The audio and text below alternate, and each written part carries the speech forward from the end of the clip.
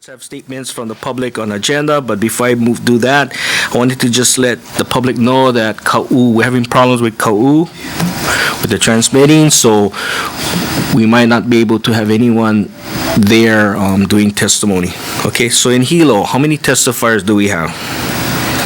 We presently have 4 testifiers. Okay, Kona? We have no testifiers, Chair. Okay, thank you. In Pahoa? Good morning, good afternoon, Mr. Chair. We have 4 testifiers here in Okay, thank you. In Waimea? Good afternoon, Chair. We currently have 1 testifier for your committee. Okay, thank you. And then in Kohala? Aloha, Chair. So far, we have 14 testifiers. In Kohala? Yes, Chair. Wow, okay, good. Okay, so Kohala, why don't we take your first 2, then we'll go to Pahoa, your 2, and then Hilo will come, our 2, and then we'll do Waimea's 1. Okay? So go ahead, Kohala.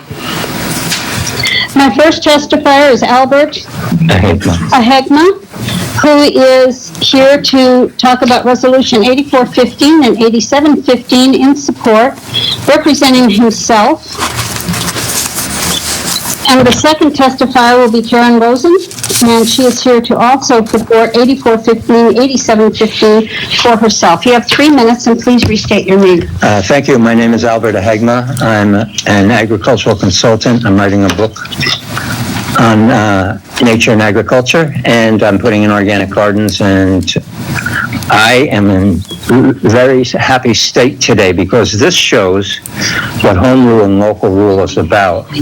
And I want a point of information here that on a state level, on both Maui and this island, which affects, and this is a positive aspect of these 2 bills, that we don't have a right to decide what we eat or how we're poisoned or not poisoned. That is not correct.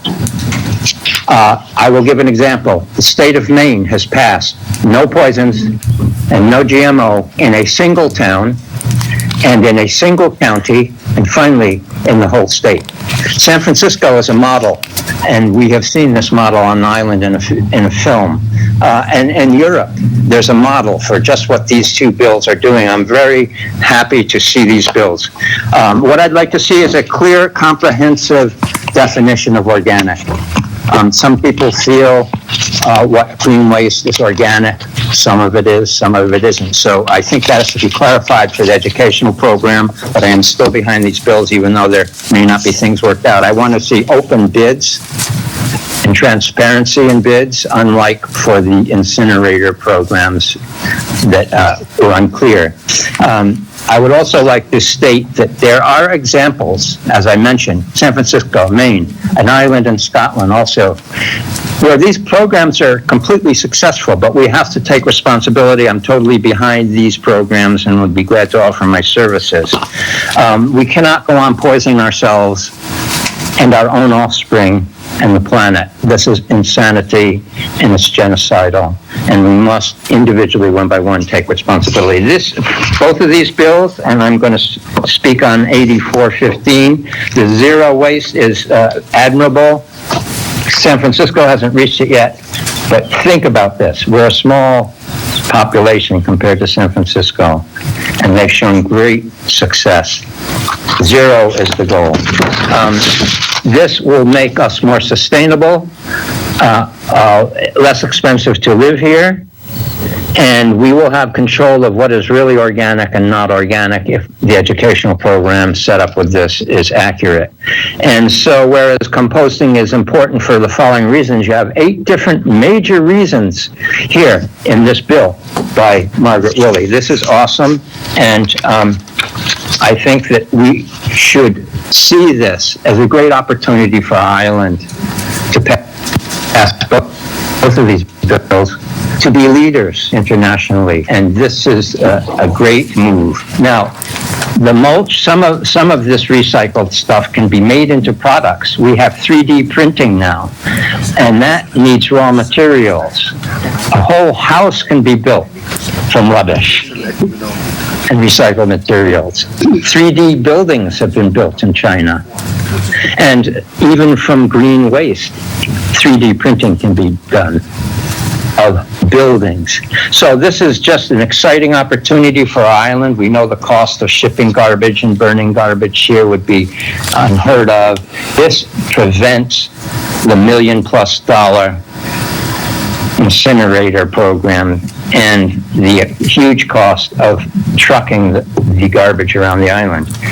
So now on 8715, this education program is also should, I feel, add in the concept of entrepreneurship, profitable aspect of doing this. I'm an artist as well, an internationally exhibited artist and a published author. And I've made lots of art out of recycled materials, including recycled marble and recycled rare woods. There is a lot of potential, and we have a lot of leaders in the community, not just myself, but who would be glad to offer further consultation on this. And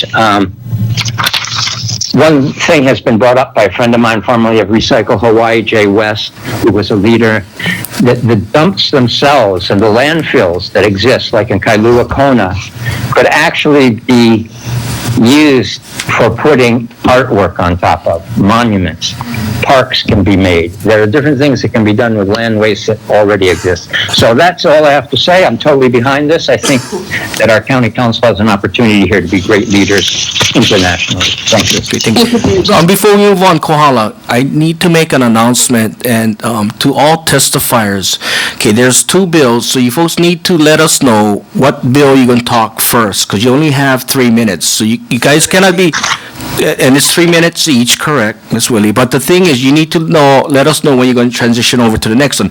But you cannot talk like a summary and then go on to the different resolutions, okay?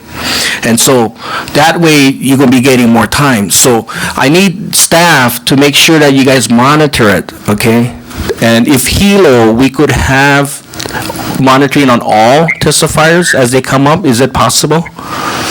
So that I'll know that what's the time? We can time in Hilo as well. Okay, very good. I would recommend that happen, okay? Okay, so our next, yes, Miss Willie. I think though, so all of this is sort of generally diverting materials from the landfill. If they make a general summary statement at the beginning, it would take out of the time of the first bill. I mean, you can make general statements that would actually apply to both. I understand, but we need to know which topic you're talking about. So once they say, I'm talking about Resolution 84, then you talk about Resolution 84. Yeah. And then once you finish, then you say, okay, I'm going to talk about Resolution 87. And then you go on and you have your 3 minutes. Okay? But I don't want where you're going to mix all of them up and then now you're going to say, okay, I'm going to talk about 84 and then I'm going to talk about 87. So just to let the testifier know, and then because there is amount of testifiers around the island, and so I just want to make it clear and make it so that everybody has a fair amount of time. Okay, so Kohala, and so staff, make sure at all locations you folks understand what I said, and you guys, if you have any questions, let me know now. Okay, so everything's good. Okay, Kohala, your next testifier. Please restate your name. You have 3 minutes. Okay, my name is Karen Rosen. I'm going to first talk about Resolution 8415, of which I am in support. I've lived in North Kohala for 30 years. I've been a member of Waste Stream, our local recycling effort, for many years. And I have a very small piece of property here that I've lived on, and every week when I bring my truckload of green waste up to the dump to put it into the chute, it just is appalling to me. And I think this is a great opportunity for the county council to approve a resolution that will help us move forward to save this valuable resource, to help rebuild our topsoil and save our landfill and be good stewards of our land. And now I'm going to speak about Resolution 8715 about diverting recoverable, recyclable material. We've had a very limited recycling effort here on the island, and the things that are being put into our landfill are valuable resources. I'm an artist and make artwork out of some of this waste, and I hope that you guys will support these bills in an effort to move us forward into the 21st century. Thank you. Thank you. Thank you very much for your testimony. Kohala, how many more testifiers do you have? Chair, I have 12 more. Okay, thank you. Just wanted to double check. Okay, Pohoa, you're gonna be next. Send your next two testifiers.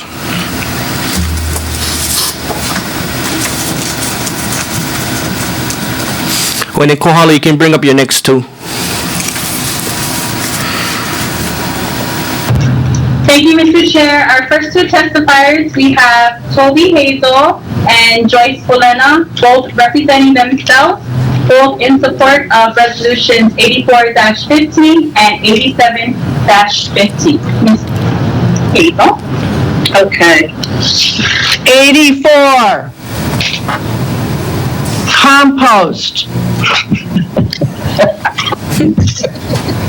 Yes.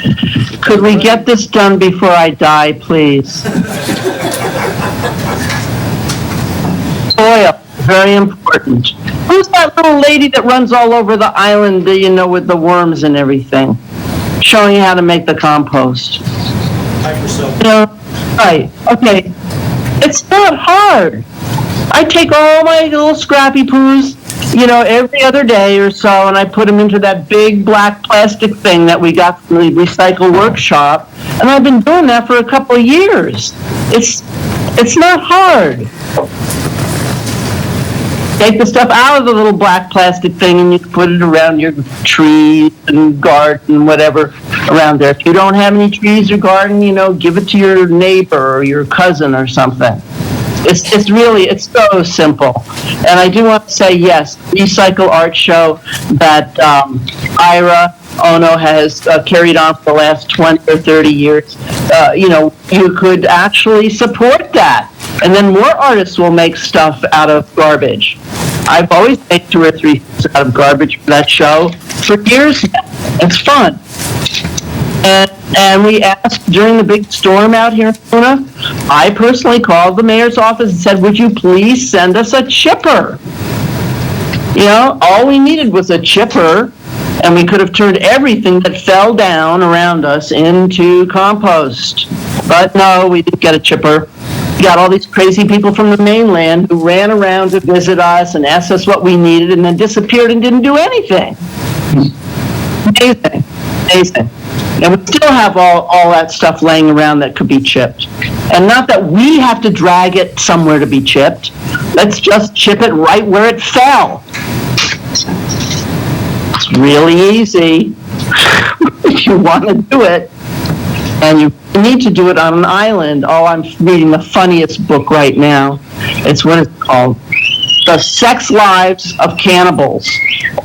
And it's about a guy, a Dutch guy, that goes to live on an island atoll where they have absolutely no recycling. People just run out into the ocean with sticks and poop in the ocean. It just, and these poor young couple from Europe are there trying to help them learn to recycle.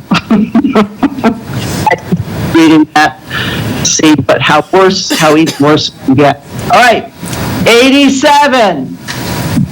Zero waste.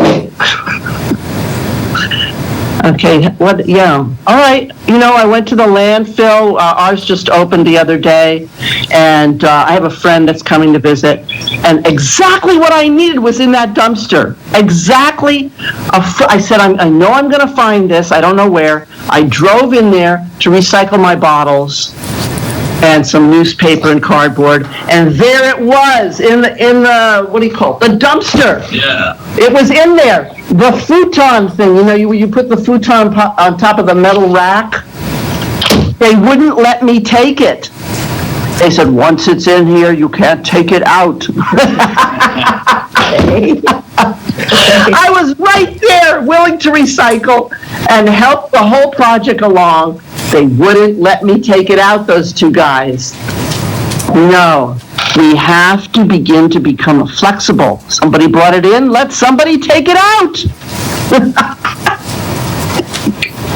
Crazy fools.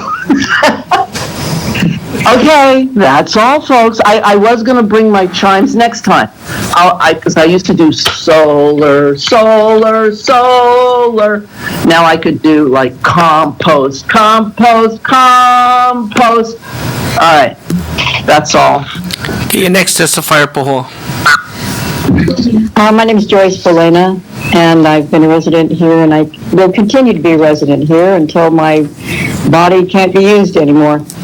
I'm in definite agreement with Resolution 84-15, and I'm going to read out louder.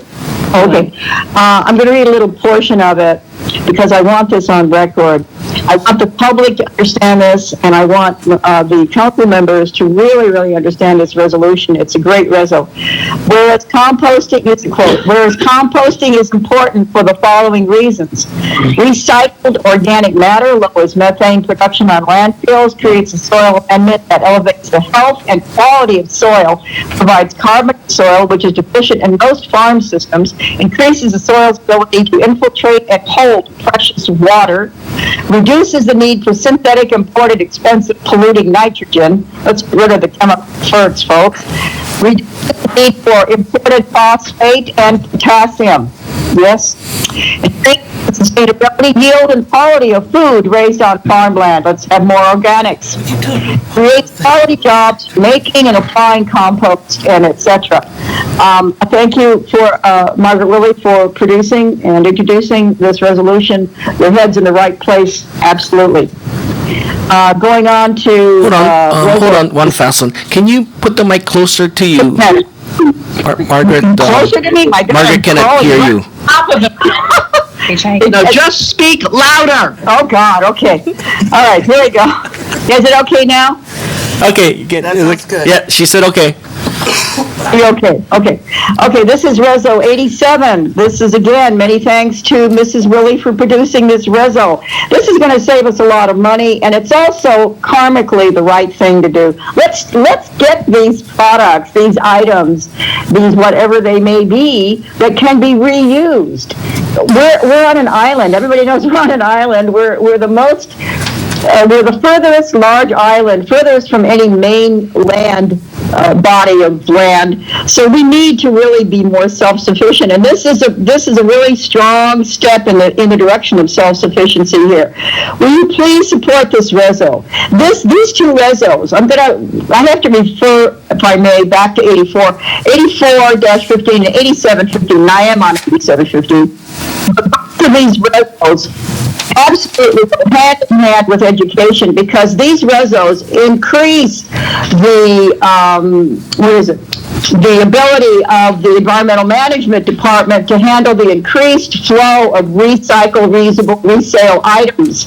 And it also helps our landfill to have more space. And it also helps us to understand waste not, want not. And that's what we try to phrase, and what people say, well, I don't hear those old phrases. Benjamin Franklin. Thank you, Benjamin Franklin. Thank you. This is my mentor over here.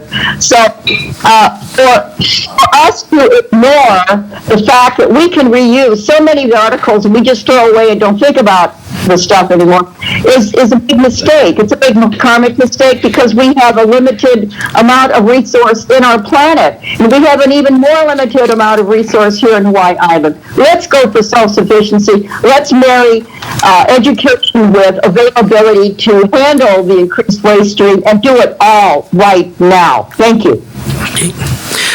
Okay, and Hilo, Mr. Clerk. Ray Cash, speaking on Resolution 84 and 87 in support. Thank you, council members. Sorry I was late getting back. I had a business appointment. Anyway, I just want to make a comment on both 84 and 87 to begin with. We live on this island. Let's stop acting as if we have another island that we want to make our home. I mean, that's what it comes down to for me. It's like this is our home, and if we don't take care of it, it's like we don't want to clean our house. We just want to throw the garbage out in the street. No, that's not the way. It's not my way, and I know it's not our way. So, okay, so the organic compost, as soon as the Zell happened, I went and talked to the Environmental Management Commission, and they were very much in favor of, and they said at their next meeting they were going to, I didn't follow up because I've been busy, but they said on the very next meeting they were going to bring a resolution up to start composting, at the very least, the downed trees from Azelle. And I have a friend of mine that's organizing a hui out in Puna. God bless her. She's trying to get, well, anyway, they're on with collecting money to buy a chipper, a movable chipper, because they feel like they can't wait for the county to come forward. So, and I applaud their efforts. If the county won't do it, the state won't do it, the feds won't do it, it's up to us. It's up to us, yeah. And so, but, this needs to be a county-wide effort to bring the composting under control. And, we have the ag lands all over, and we want to increase that. We need the compost. We can make soil here instead of importing it from the mainland. I mean, there's, on so many levels, it makes sense. I come from 7 generations of farmers. They didn't waste stuff used to. You have 30 Big seconds. thing. Anyway, okay, that's enough on that one. So I fully support this. Thank you for this. And the zero waste management goes along corollary to the first one. And I very much would love to see creation of jobs on the island by attracting, if we have to give them tax credits, whatever we have to do to attract a small plastic products recycler manufacturer to this island. And I'm involved in a business venture where we're making 3D prototypes. So this is the new way. We need to bring the 21st century to our island to benefit and create jobs from this. So it's not just being a do-gooder or environmentalist. There are serious financial benefits to be gleaned from this. So please consider these things in a full way. Thank you for your time. Thanks. Our next testifier is Corey Hardin, representing herself, speaking on Resolution 84 and 87 in support. Okay. Good afternoon, council members. Corey Hardin speaking for myself, supporting Resolution 87 for zero waste. And I'm going to talk a little about zero waste in general, because I think this resolution is great, but I also think we need kind of an overall framework and plan. So to that end, I hope some of you are able to attend this Planning the Future of Zero Waste in Hawaii and Kona, March 9 and 10. And I also brought some information about eco-industrial parks. I gave you folks something I printed out, and I'm just going to kind of summarize, but that can be a big part of zero waste. And I'm glad Mike Ewell is here, because he is, who will know reams more than me about this. I'm just bringing some stuff I have found that might be of interest. So an eco-industrial park is a place where energy and materials produced by one industry are consumed as inputs by another. And instead of seeing the industries as isolated, you see them as interacting systems. The principle is industrial ecology. And you try to have industrial systems operate like natural ecology. You know, in nature, nothing is wasted. Everything turns into something else. So that's the idea here. People have found that it's very challenging to actually do this. Some of the challenges are technical challenges. Maybe it's just difficult to exchange that particular energy and materials. Can be financially challenging. It may be hard to make a profit on it. Companies may have different organizational styles and also legal. As you guys always know, there's always a lawyer and insurance company saying liability, liability, so that's a concern. One type of eco-industrial park is a symbiotic industrial park. That's where the byproduct of one plant becomes the feedstock for another plant. There's also eco-industrial parks. These are industrial agriculture clusters based in urban-rural fringe areas. You have 30 seconds. There's also resource recovery parks for recycling. And they have several examples of parks, and one of them is Hawaii County. They talk about our green waste composting and processing fats, oils, and grease, and the repair and reuse programs at transfer stations. There's also a Monterey Regional Waste Management District, a whole district, and they have a park with a landfill, recycling, and so forth. So I'll let you guys read through the rest in your spare time, so thank you.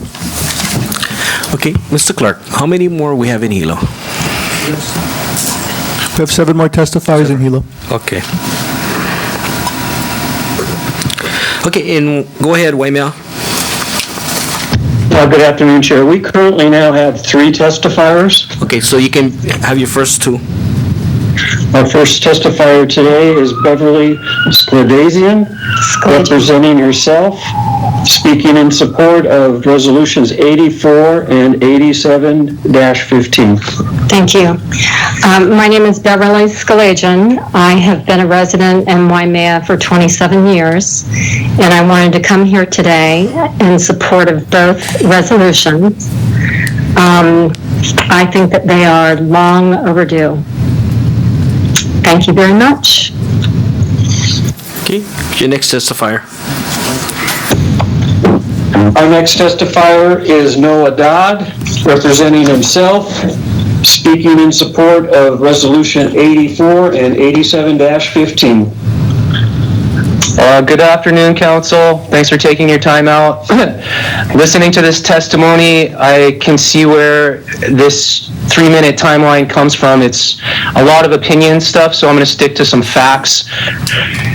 Speaking in Resolution 84, urging the mayor to establish organic compost. Currently, the RFP from the county was supposed to come out in February with the new stipulations the county is going to want. It hasn't come out. Most of the reasons that the things are stalled is because they're sitting on the mayor's desk, and it's because he's looking for other avenues to support, not, I believe, our state, but his own agendas. So one of the things we need to look at is that right now, all of our green waste is being shredded for $1.6 million by Hawaii Earth Products. This isn't getting rich. These guys carry hundreds of millions of dollars just to get this contract. So for us, what we're looking at is matching $1.6 million with another 1.6. So we get up about $3.2 million. We could have composting going for our state. This is not astronomical numbers. Furthermore, one of the things that's going to come out is they're going to be urging PRFP, which is a post-remediation fermentation fermentation process. It takes 30 days. It sterilizes the green waste. It gets rid of the invasive species, the fire ants, the fire weeds. If we just went ahead and did a PRFP, we could do that for probably, I don't know, 500 grand on all of our green waste.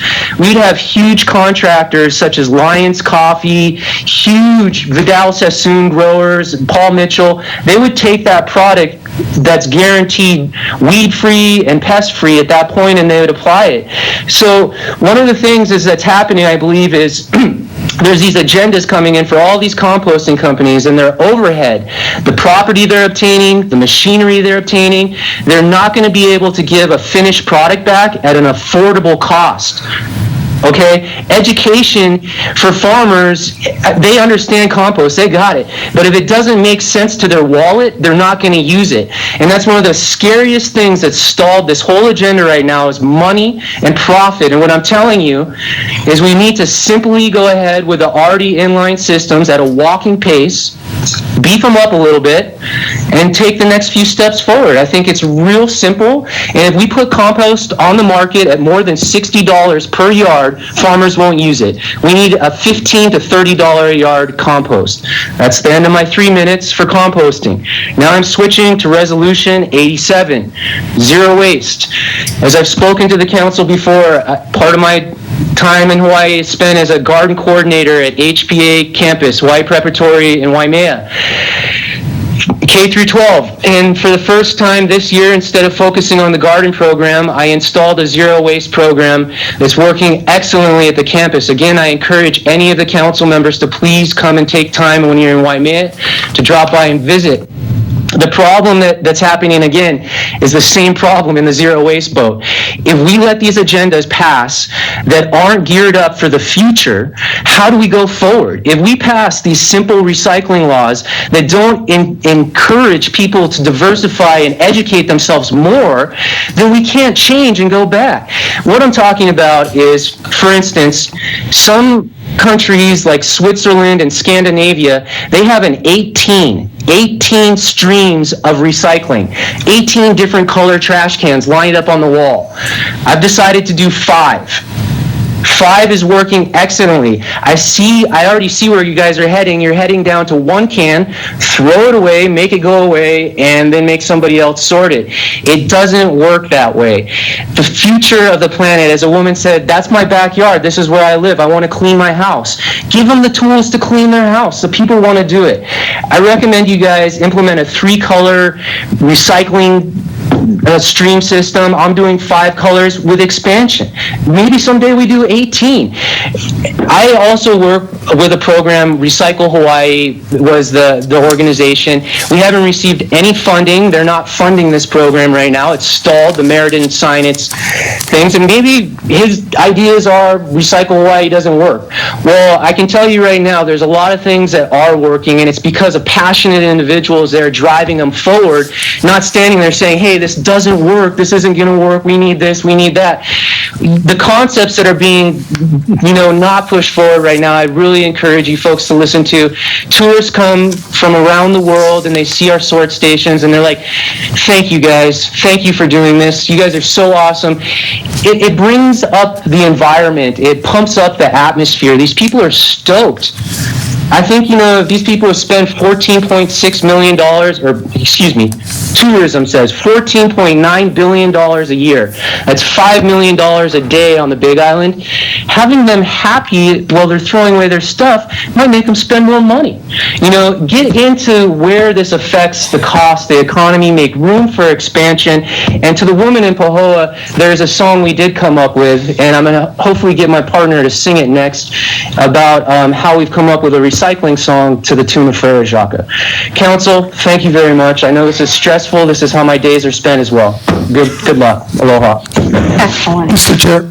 Yes. Mr. Dodd, this is Council Member Paleka. Please call my office. Okay. Thank you. Will do. Yes, sir. Dave, can you take your last testifier?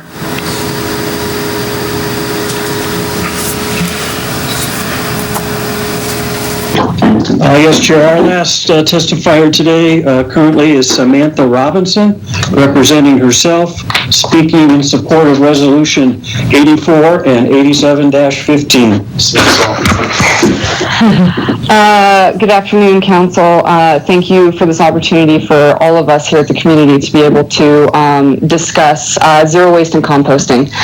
I don't have a whole lot to say. I am 100% in support of both of these resolutions, 84 and 87-15, and I'm just going to leave it with singing the song because that's, I think, speaks for itself. I actually had first graders and second graders coming into the garden singing it to us today just because they were putting their banana peels in the compost pile. It's green is compost, purple's mixed, high five blue, red is for rubbish, yellow is for paper, zero waste, zero waste. And they actually did it for a play for all of their family and the community, and they were all the recycle bins, and they taught the entire audience the song. They all sang it in a round, and they all recycle and compost at their own homes now. Again, I am in 100% support of this, and thank you guys very much. Okay, thank you. Okay, let's go back to Kohala. You're next too. Chair, FYI, we've added 5 more testifiers and condensed 2. Mr. David Cottis, representing Mother Nature, Kaina, and future generations on Reso 8415, 8715 in support. And the second testifier is Kealoha Sugiyama with the same resolutions in support, representing himself. 3 minutes for each one, and please restate your name. My name is David Cottis. I support Resolution 8415.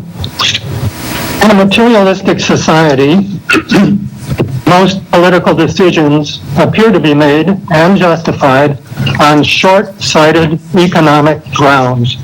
And this is why we are destroying planet Earth. We ignore the true long-term cost of fouling our own nest, of destroying our own natural environment, which sustains us, and which we just take for granted until we come down with a mysterious illness, which doctors, beholden to Big Pharma, assure us can be controlled but not cured by ingesting a smorgasbord of drugs engineered to keep us coming back for more. I would suggest that a more intelligent and enjoyable lifestyle is to live in harmony with the natural cycles which sustain us healthfully and free of disease. One of the most basic of these healthful natural cycles is composting. A plant builds itself out of earth, water, air, and sunshine. So when it is composted, elements from water, air, and sunshine are added to the soil, in addition to the plant's original elements from the earth. This is why composting actually builds up the soil over time. Additional components of water, air, and sunshine are incorporated into the soil naturally. When the original American colonists arrived at Plymouth Rock in 1620, they found naturally composted soil so deep that they could press their walking canes all the way down to their curved top handles into the soft, fertile soil. What dollar amount would you place on that miraculous soil when you're making your materialistic decisions?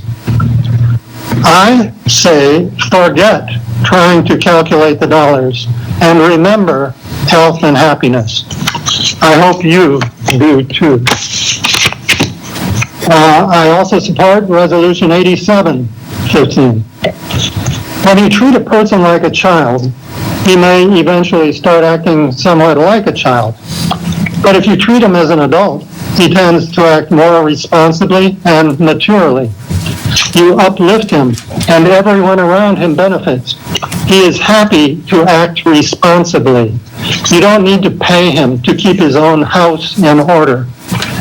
Likewise, most Big Island residents would welcome the opportunity to assist in organizing the output stream from their own households.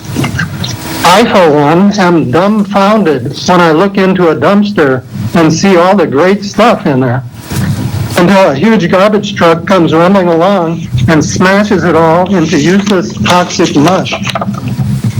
How much more intelligent would be its separation into useful streams to be reused as inputs eventually back into households? And how much more psychologically satisfying and even spiritually uplifting to know that we're doing the right thing by conserving finite resources, instead of continually raping Mother Earth by digging ever deeper for metals, drilling ever deeper for water, than just flinging the resultant detritus from our profligate consumption into ad hoc toxic locations, hoping the poisons won't spread too devastatingly back into the uptake of our input streams. And what about the corporation leeches who exploit our laziness and encourage our infantile, irresponsible slothfulness? Feeding these miscreant corporations our tax dollars, as well as our valuable recyclables, is sheer idiocy. Letting them incinerate our potential compost is a recipe for hell on earth. I prefer heaven on earth, don't you? If so, then please vote yes on Resolution 8715. Mahalo. Thank you for your testimony. Please restate your name. Keroha Sugiyama. I am, well, looking at Resolution 8415, I find that it is clear and concise with the intent, and that this is not a new thought, nor is it a new implementation. Therefore, I feel slighted that I need to be here to testify when it's a simple resolution that benefits us all. With regards to Resolution 8715, zero waste, that too is so simple that why do I need to be here to educate you and tell you something that you know already and what is best for Hawaii Island? I noticed also that on the resolution in the back, it has a roll call for vote. I would like to suggest that when you folks put out these resolutions, that you folks have a true paper voting already, and if you have it all in agreement, then you can put out the word that there is no need for testifying because you're all in agreement and you'll pass this forward, thus allowing us to do what we need to do the rest of the day without getting off from work and interrupting our day. And if you have some no's and pros and cons, only then, you would require a testimony. And in this way, we don't have to hear the same thing over and over and over again. Thank you. Thank you for your testimony. Okay, let's go to Pahoa. Thank you, Mr. Chair. Our next testifier, we have Gregory Smith representing himself, and he'll be testifying in support of resolution number 84-15 and 87-15. Also, for the record, we had another testifier, Dave Kaiser, who is not able to be here at the time. Okay, thank you. All right, good afternoon, Council. Gregory Smith, Puna. Anyway, very much supports resolution 8415, and to me is no brainer. The fact is, too, that not only you could be using green waste as as compost, but can you hold on? You're breaking up, Mr. Okay. What does he need to do? Hold it right underneath him. Yeah, okay. Is that Okay, is that there you better, go. Mr. Chair? Okay, yeah, very good. All right. All right. Again, good afternoon, Council. Gregory Smith, Puna, and I'm very much in favor of Resolution 8415. The fact of the matter is that, this to me is a no-brainer, and we should be doing, either the county should be taking the full, responsibility and selling it, maybe as a revenue stream for the county. The idea of only a few, well, anyway, it should happen. And also the fact, too, that some communities in Kona recently have signed a sewer district pact, or some idea that they need to get sewer systems going in some of the communities in Kona. And to be sure, we cannot allow, cesspools to be the major form of sewage disposal in the county. More enlightened societies, particularly in rural districts and some cities around the world, have actually combined their human manure and their compostable materials together for compost. And it's actually extremely safe if it's done properly with thermophilic composting, because the very things that we need to compost, not only the human manure, but the green waste, is in our own guts. In the rural village where, my family came from, the biggest, the wealth of a family was measured by the height of their compost pile, that is, their manure pile. And not only animal manure went into that pile, along with the bedding for the animals, which is all composted in an open pile, but also some human waste. The chamber pots at night went in there. This had been done for thousands of years. In fact, in the Orient, if you're ever wondering why and how that the Chinese, the Japanese, and the Koreans could support huge human populations on less than 25% of their land that's actually arable, it's because they returned everything to the soil. That meant green waste, human manure, cow manure, pig manure, dog manure, cat manure, composted with their green waste. That's how they made it. That's how they had such huge yields. And by the way, the soils, there are some areas in the Orient, in some places in the world, where the soil has, where the land has been farmed extensively for 4,000 years with no loss of fertility, as opposed to the sorry record we have in the mainland United States. Going on to 8715, urges the mayor to enter into one or more for zero waste diversion programs. This is, again, a no-brainer, because, again, if you look at the most successful societies that had the least amount of disease, they recycle everything. When Mr. White wrote a book in 1915 called The Farmer of 40 Centuries. He was an American biologist that was working for the U.S. Department of Agriculture, working on ways to prevent soil erosion in the farmlands of the United States. So he went to the Orient to find out how the heck that they could, how they could actually, keep their fertility of their soil for so long with such huge populations. The deal was that when he was in Shanghai, he witnessed that a contractor paid $30,000 in American gold, when a dollar was worth a lot of money, and to not only take away the night soil, the human waste, and take it out of the city, but also any other rubbish, that is paper, metal, anything that they could take out of the city. In fact, the contractor paid the city of Shanghai for the opportunity to do business in the city by taking the rubbish and the human waste out of the city. This is the point. When he talked to several Chinese in that day, when he did the research, it was 1903 to 1907, The fact is that the Chinese told them we do not have waste in our society.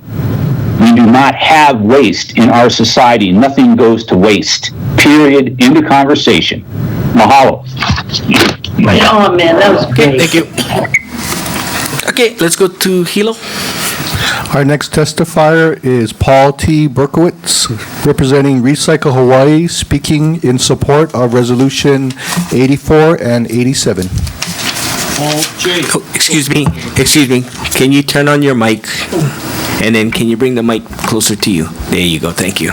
It's Paul J. Bukalarevich, speaking on behalf of myself as a resident of Punamalka, but also the staff, membership, and board of directors of Recycle Hawaii, as well as a long list of Hawaiian cultural practitioners, visual and performing artists, our composting educators who have been over the last 2+ decades educating the public about the 3 R's and more recently the zero waste concept. Speaking for 84, we're pleased to see this effort being made by Ms. Willie to ensure that those responsible for handling the county's solid waste are complying with policies established by the council in 2009. I did provide a link to the zero waste implementation plan. It's both on our recyclehawaii.org website as well as the Hawaii Zero Waste County's Department of Environmental Management website. If you're not familiar with that implementation plan, please read it and plan to attend the 2-day event we're having at the Kona Civic Center on Monday and Tuesday of next week, March 8th and 9th. We'll have national, international, as well as statewide attendees discussing ways forward in terms of zero waste proposals and initiatives statewide. In our position, Recycle Hawaii has the state's longest-standing and most active recycling organization, in keeping with the recent council resolution designating 2015 as the year of compost. We urge the council to join with the over 3,000 Hawaii residents, households, that have been diverting organic materials such as garden, lawn, landscaping cuttings, kitchen scraps, as well as food waste such as bones, dairy products, and meat by utilizing the methods taught in our Composting is Recycling Too program that we've been presenting for over a decade. Going from a 15% diversion rate in fiscal year 2000 to 2001 at the turn of the century to the current diversion rate of about 37% required a dynamic educational outreach program to foster any and all recycling, reuse, and reduction efforts that entail gradually reducing and ultimately banning all organics from the island's landfills as we move the needle beyond 37% towards as close to zero waste goals of 80% or higher. The actions outlined in both these resolutions are important first steps that will increase diversion rates while laying the foundation for a strategy that can accommodate changes as they occur. Removing organics from the waste stream is a practice that is long overdue and best tackled at decentralized, community-based solutions as proposed in 87, not 84, and they actually are interchangeable, 84 and 87. So I won't take any extra time speaking in favor of both 84 and 87. Okay, thank you. Thank you. Next. Our next testifier, representing himself, speaking in support of Resolution 87. Thank you, Mr. Chairman. The need to recycle at the general public level consists of 2 major participants. Those that recycle for feel-good reasons, such as helping the environment, and the higher participation level of those that recycle for economic benefit. The latter is currently being ignored by the county. In order to achieve a zero waste to landfill process, I would like to direct the council to look at a proposal to increase participation levels in community-based recycling. those recycling operations that exist separately from the county's transfer station to-bin system. For 27 years, the county supported a highly successful waste diversion program. This program was canceled in fiscal year 2013-14. At that time, the county was paying an indexed subsidy of $20 per ton for cardboard and newspaper, which was the largest volume recyclables in the waste stream. The county was also paying $236 per ton for those same materials collected at the two-bin transfer station program. The council needs to review the cancellation of the diversion grants program, which began in 1986 and helped to subsidize the recycling of low-value commodities such as cardboard, newspaper, glass, and plastic. The current county support for the recycling efforts is geared towards collection at the county transfer station of the two-bin system, which is inefficient, it's expensive, and not far-reaching. Plus, there's a low participation level. Community-based programs need to be implemented that target a large percentage of the general public. These programs need to include an economic incentive for recycling. Programs need to be devised that include full participation of existing recycling businesses. These businesses have the collection capacity, processing infrastructure, and market capabilities needed to successfully achieve zero waste goals. Successful and cost-effective recycling programs have as their backbone a high-volume collection capability and source separation. Thank you. Okay. Just for the record, sir, can you state your name? Excuse me, sir. Yes. To your right. Oh, there you are. I hear these speakers. No, yes, Councilman. just state your name for the record. Michael Dubois. Okay, thank you very much. Okay, thank you. Okay, let's go back to Kohala. You're next to, and then Hilo, you can bring up the next two. Go ahead, Chair, sorry. Oh, go ahead. You're next to. Okay, I'd like to introduce John Winter on Sustainable Kohala. He's speaking for that organization in support of 8415, 8715, and so will Donna Malls be speaking for herself, family, friends, and Kevin and Jazz Malls. Please restate your name. Good afternoon, Chair Fresh and committee members. My name is John Winter. I represent Sustainable Kohala, which is a group up here working on issues of sustainability in Kohala and on the island in general. This has included such things as workshops on composting and manning zero waste stations at events like the Luau and the Country Fair. I'd like to speak in summary on both issues because they both reduce input into the landfill and divert materials to more useful and economic ends. So I'll just take my 3 minutes in general on those. We're delighted to see that there are resolutions before this council advocating greatly reduced waste and increased processing of compost. As you know, our landfills have limited lifespans and should be added to sparingly in order to prolong them. Reuse and recycling is economical and trash is a burden to us all. Kohala is an agricultural community. Over half of the material presently put in our transfer station is green waste that should be more properly reconstituted as useful mulch and compost for our farmers. We've worked hard to reduce waste in Kohala and regret the bureaucratic impediments that we often run across. Additionally, the subcommittee of the North Kohala Community Development Plan working on waste has vigorously supported zero waste initiatives and diverting green waste from the landfill. The Kohala Lions Club, of which I'm a member, has reduced the trash going to the transfer station after our events by over 90%. We often get thank yous as we're manning the zero waste stations at both the Luau and the Country Fair up here. So I urge you, please favor both of these resolutions. Many, as you've heard, many cities and rural areas throughout the world are doing this. And of course, for an island, it becomes all the more critical. I'm sure you'll find that nobody that testifies here today is in favor of the status quo or for more waste going into our landfills.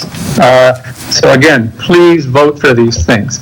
Oh, and also, any contract with a put or pay clause in it is utterly counterproductive to both of these issues that we're addressing today. We're relieved to hear that the incinerator issue with such a clause has been tabled and are simply astounded to discover that the West Hawaii landfill includes such a clause. Why would a landfill fine you for not putting enough material in it? Thank you very much. Thank you. Okay. Please state your name. Cannot clap. Sorry. Hi, this is Donna Mull, and thank you for giving us this platform to testify. I appreciate your time and everyone here. I'd like to address verse 8415 on composting, introducing a quote from one of our presidents who's done a lot for our nation, and his quote is, "The nation that destroys its soil destroys itself." That's FDR.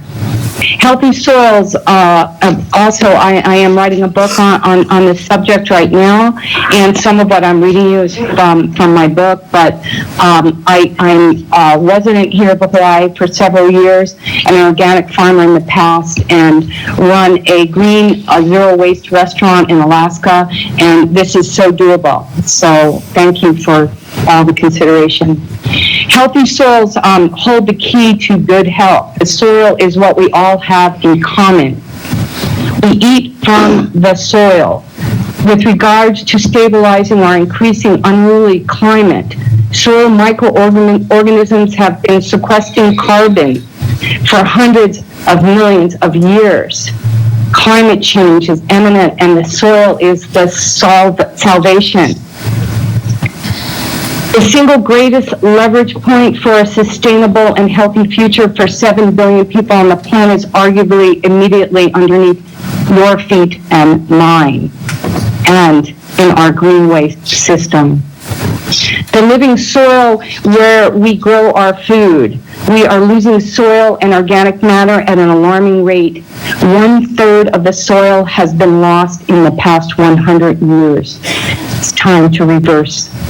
Studies show steady global soil depletion over time and a serious stagnation in crop yield due to the degradation of our soil, which is going to increase the price of food or have opportunity of food at all.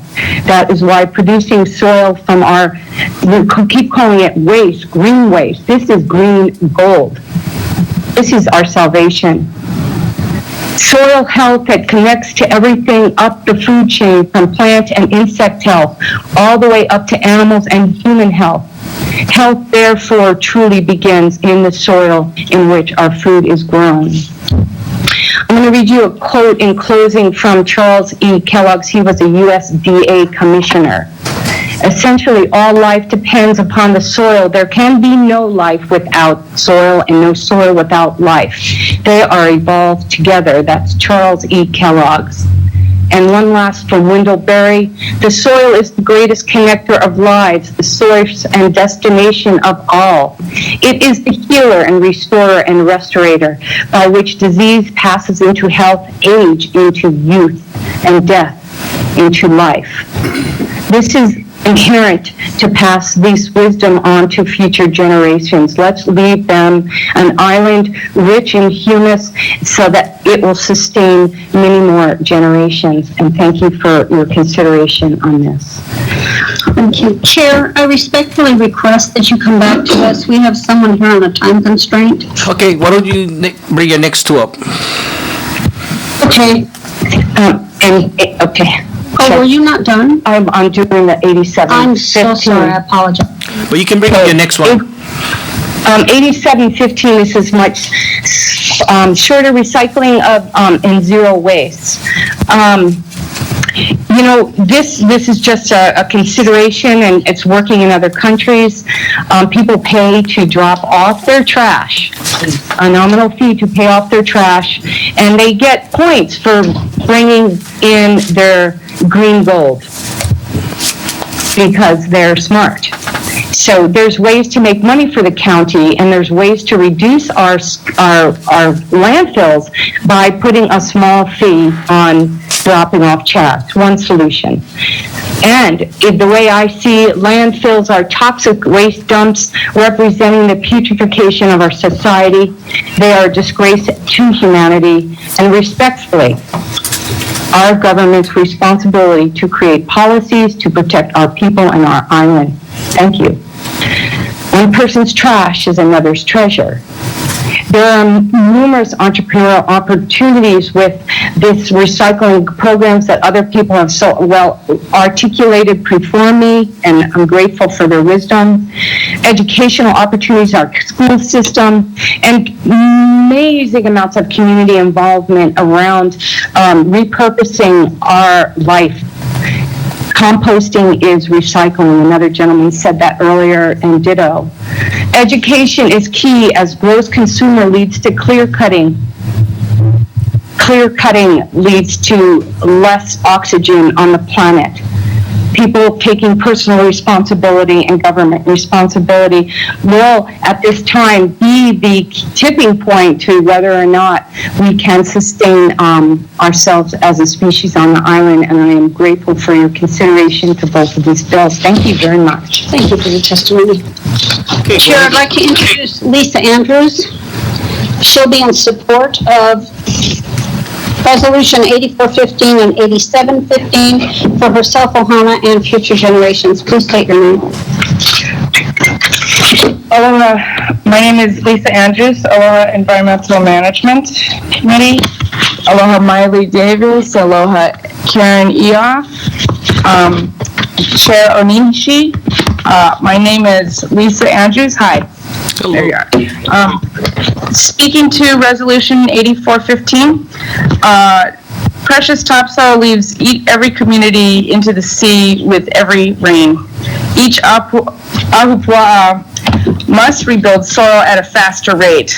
Composting in each community is necessary for farming, real estate, and beauty. Reso 8715. The county should take control of our waste and resources as soon as possible. And the county needs money. We also need jobs. Contracts that pay us are a no-brainer. People will be fighting to bid for our resources of our growing community on our island. Thank you. Are you done? Yeah. Thank you, Chair, for this, allowing this. Okay, let's go back to Hilo. Our next testifier is Ray Chaikin. He is in support of Resolution 84 and 87. Aloha. Excuse me. Can you, excuse me, Mike, please. Sorry about that. Okay, there you go. Thank you very much. I'm cooking now. Okay, great. Aloha County Council members that are present, and I send my aloha to Karen and Miley in Kona. And I want to make this observation. If somebody had said to me, what is the primary requirement for being a member of the county council, I would respond, patience. Patience, because you sit here hour after hour and listen to people testifying. You cannot change all the ills in our society. It's beyond your ability to do that, and you have to sit here and listen to all these folks. And most of them have got very good points, but that's not the issue. The issue is you have to sit here and listen to it. So in any event, I wanted to speak first in about 84, and I just came out of a meeting with Bobby Jean, and she was explaining the incredible increase in cost between compost and mulch. And I'm really interested in the cost figures because basically I'm a retired banker, and I want to explain to you my view of what all this means if we don't have mulch. You know, we're all here very interested in protecting our agricultural community here. That's a real key issue on this island for us folks here. And I've been here a long time. I've been here since the early 50s, so I suspect I'm older than the most of you guys. And I've seen a lot of changes, and they're not particularly good for the most part, and we all know that. In any event, I want to get back to the money end of it, because the Kala is where my heart really is. And I want to say this to you. What we see happening here is all of our agricultural community buying all of this fertilizer, and it's all coming over here. And what happens? All of our Kala is flowing over to the mainland. That's not in our interest, not at all in our interest. And so I'd like to see some improvement in that situation, because we certainly have the ability to create a tremendous amount of organic mulch here that would be a great benefit to our agricultural community. I want to keep my comments very short out of sympathy for you folks, so I'm going to go to 87. I just want to say we're here today for the most part because of the mayor's wisdom in changing course with respect to the incinerator issue, and the diversion of reusable material in our landfills is a really key issue. And I just want to leave you with one thought. What happens to my kids and my grandkids and my great-grandkids that are on this island when there's no place to dump their Opala? Thank you. Our next testifier is Mikey Wall, representing Energy Justice Network, speaking in support of Resolution 84 and 87. Okay, well, my name is Mikey Wall. Thank you for inviting me to your beautiful island here and being a guest here. I run a group called Energy Justice Network. We're a national organization, and we support communities in their efforts to not only work against polluting facilities like incinerators and landfills, but to seek the alternatives and build vibrant alternatives to them. I've been working in this field for 25 years on waste and energy issues since I was in high school, and they first tried to build an incinerator in my home county, and so I've learned quite a bit in that time.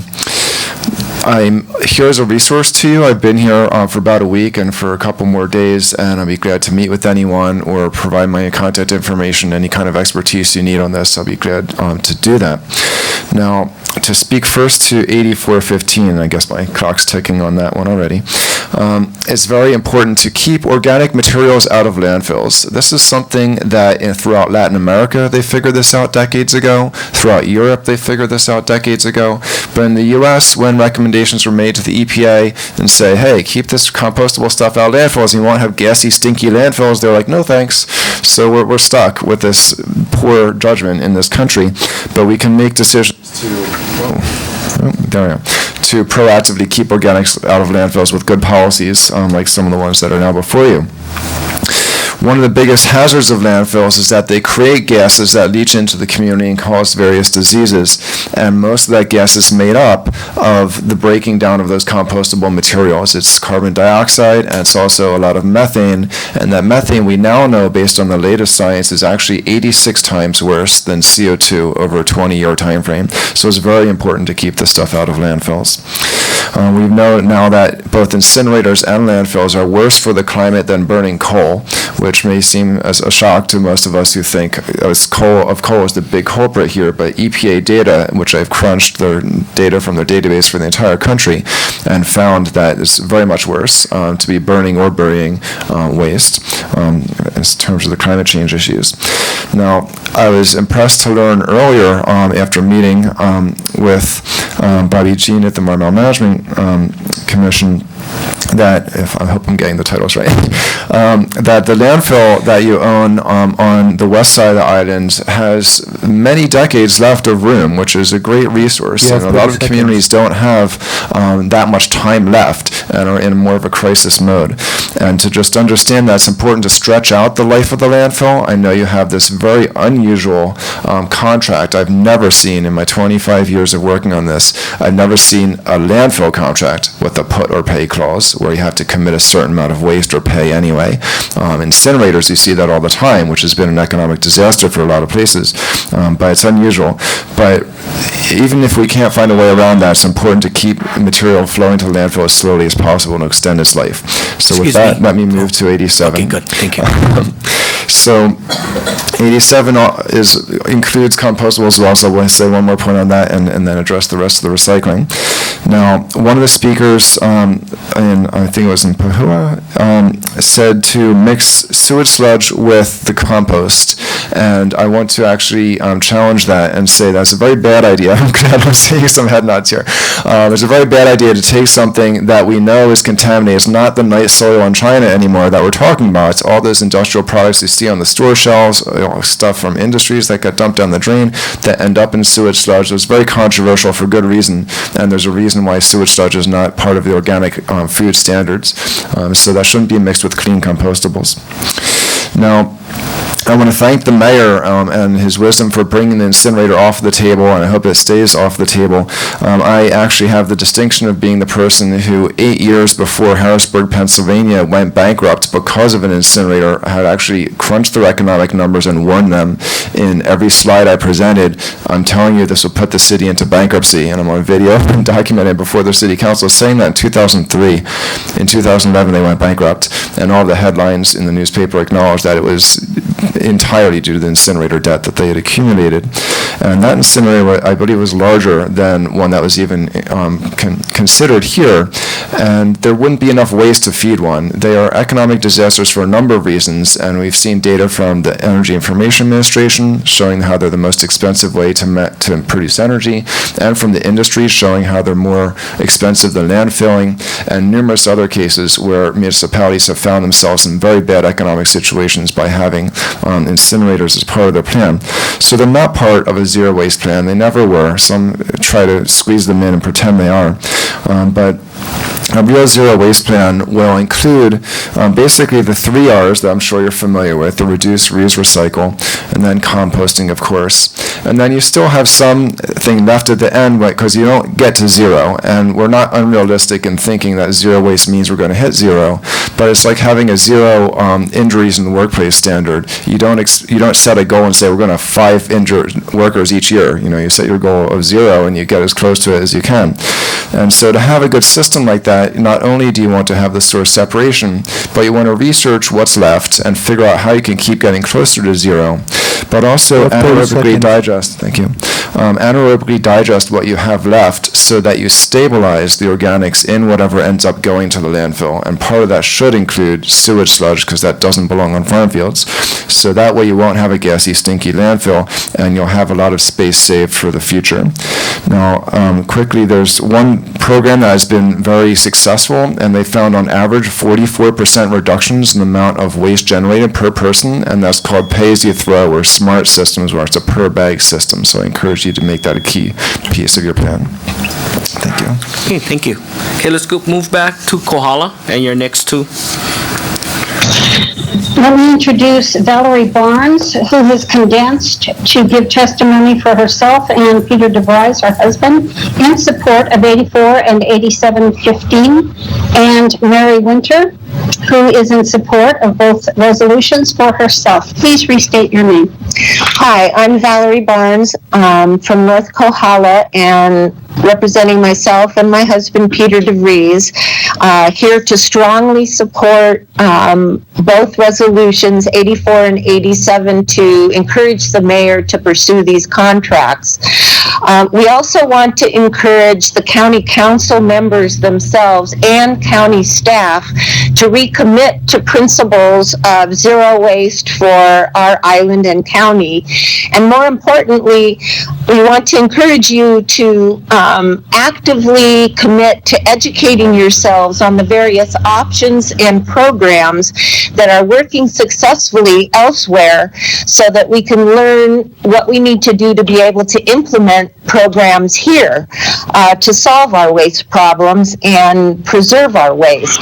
In addition, I'd like to encourage the county council members to show leadership as well in actually cheerleading for zero waste options for Big Island. Thank you.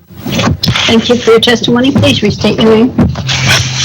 Aloha, I'm Mary Winter.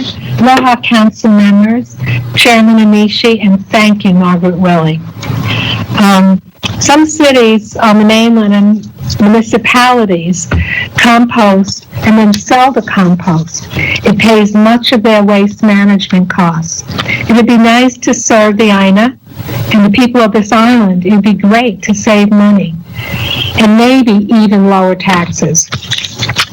And then I'm also in support of Resolution 8715.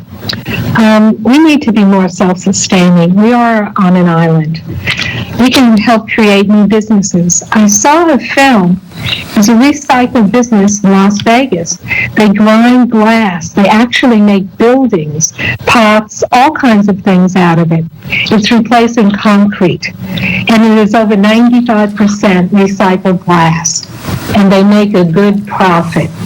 I actually believe that we can recycle and use it and make a profit to benefit us all. Thank you very much. Okay, thank you. Hilo, next two. Our next testifier in Hilo is Tracy Confer, representing Energy Justice Network. She's speaking in support of Resolution 84 and 87. Good afternoon, Council. I'm Tracy Confer with Energy Justice Network. I wanted to start with Resolution 8415. I definitely commend you highly on taking organics and breakdown out of the parts that they're in. So if you ever experiment by putting a cell phone in a bucket of compost, you'll see how much worse that cell phone looks at the end. Same thing sort of happens in a landfill. So keeping the organics out is vital to making the landfill safer. I'm going to make two other points on it. One is that on the mainland at least, and I hope it will work the same here, composting creates 4 more jobs in the economy than either landfilling or incinerating. So hopefully this will develop into something that increases the employment level on the island. The other point I want to make is that and it's also an economic point, is that the importation of fertilizer is a huge cost.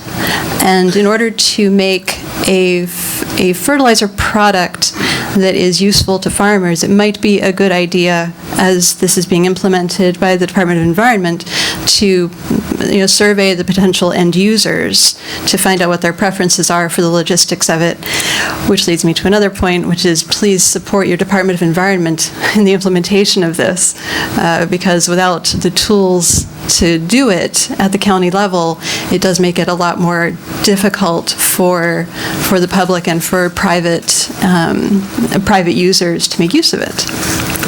I'd like to move on now to 87.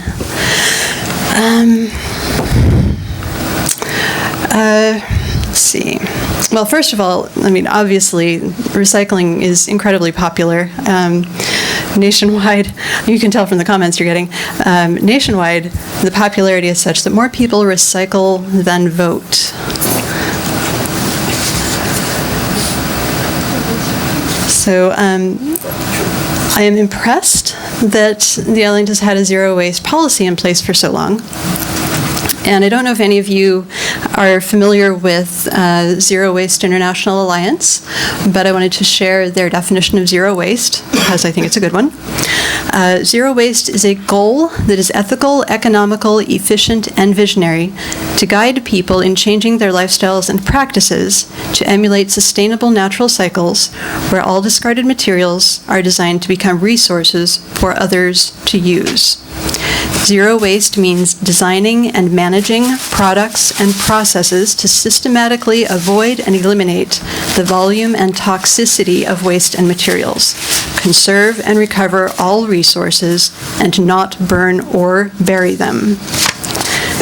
Implementing zero waste will eliminate all discharges to land, water, or air that are a threat to planetary, human, animal, or plant health.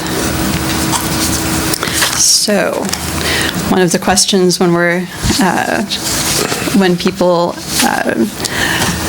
look askance at the idea of zero waste is, well, if you're not for zero waste, how much waste are you for?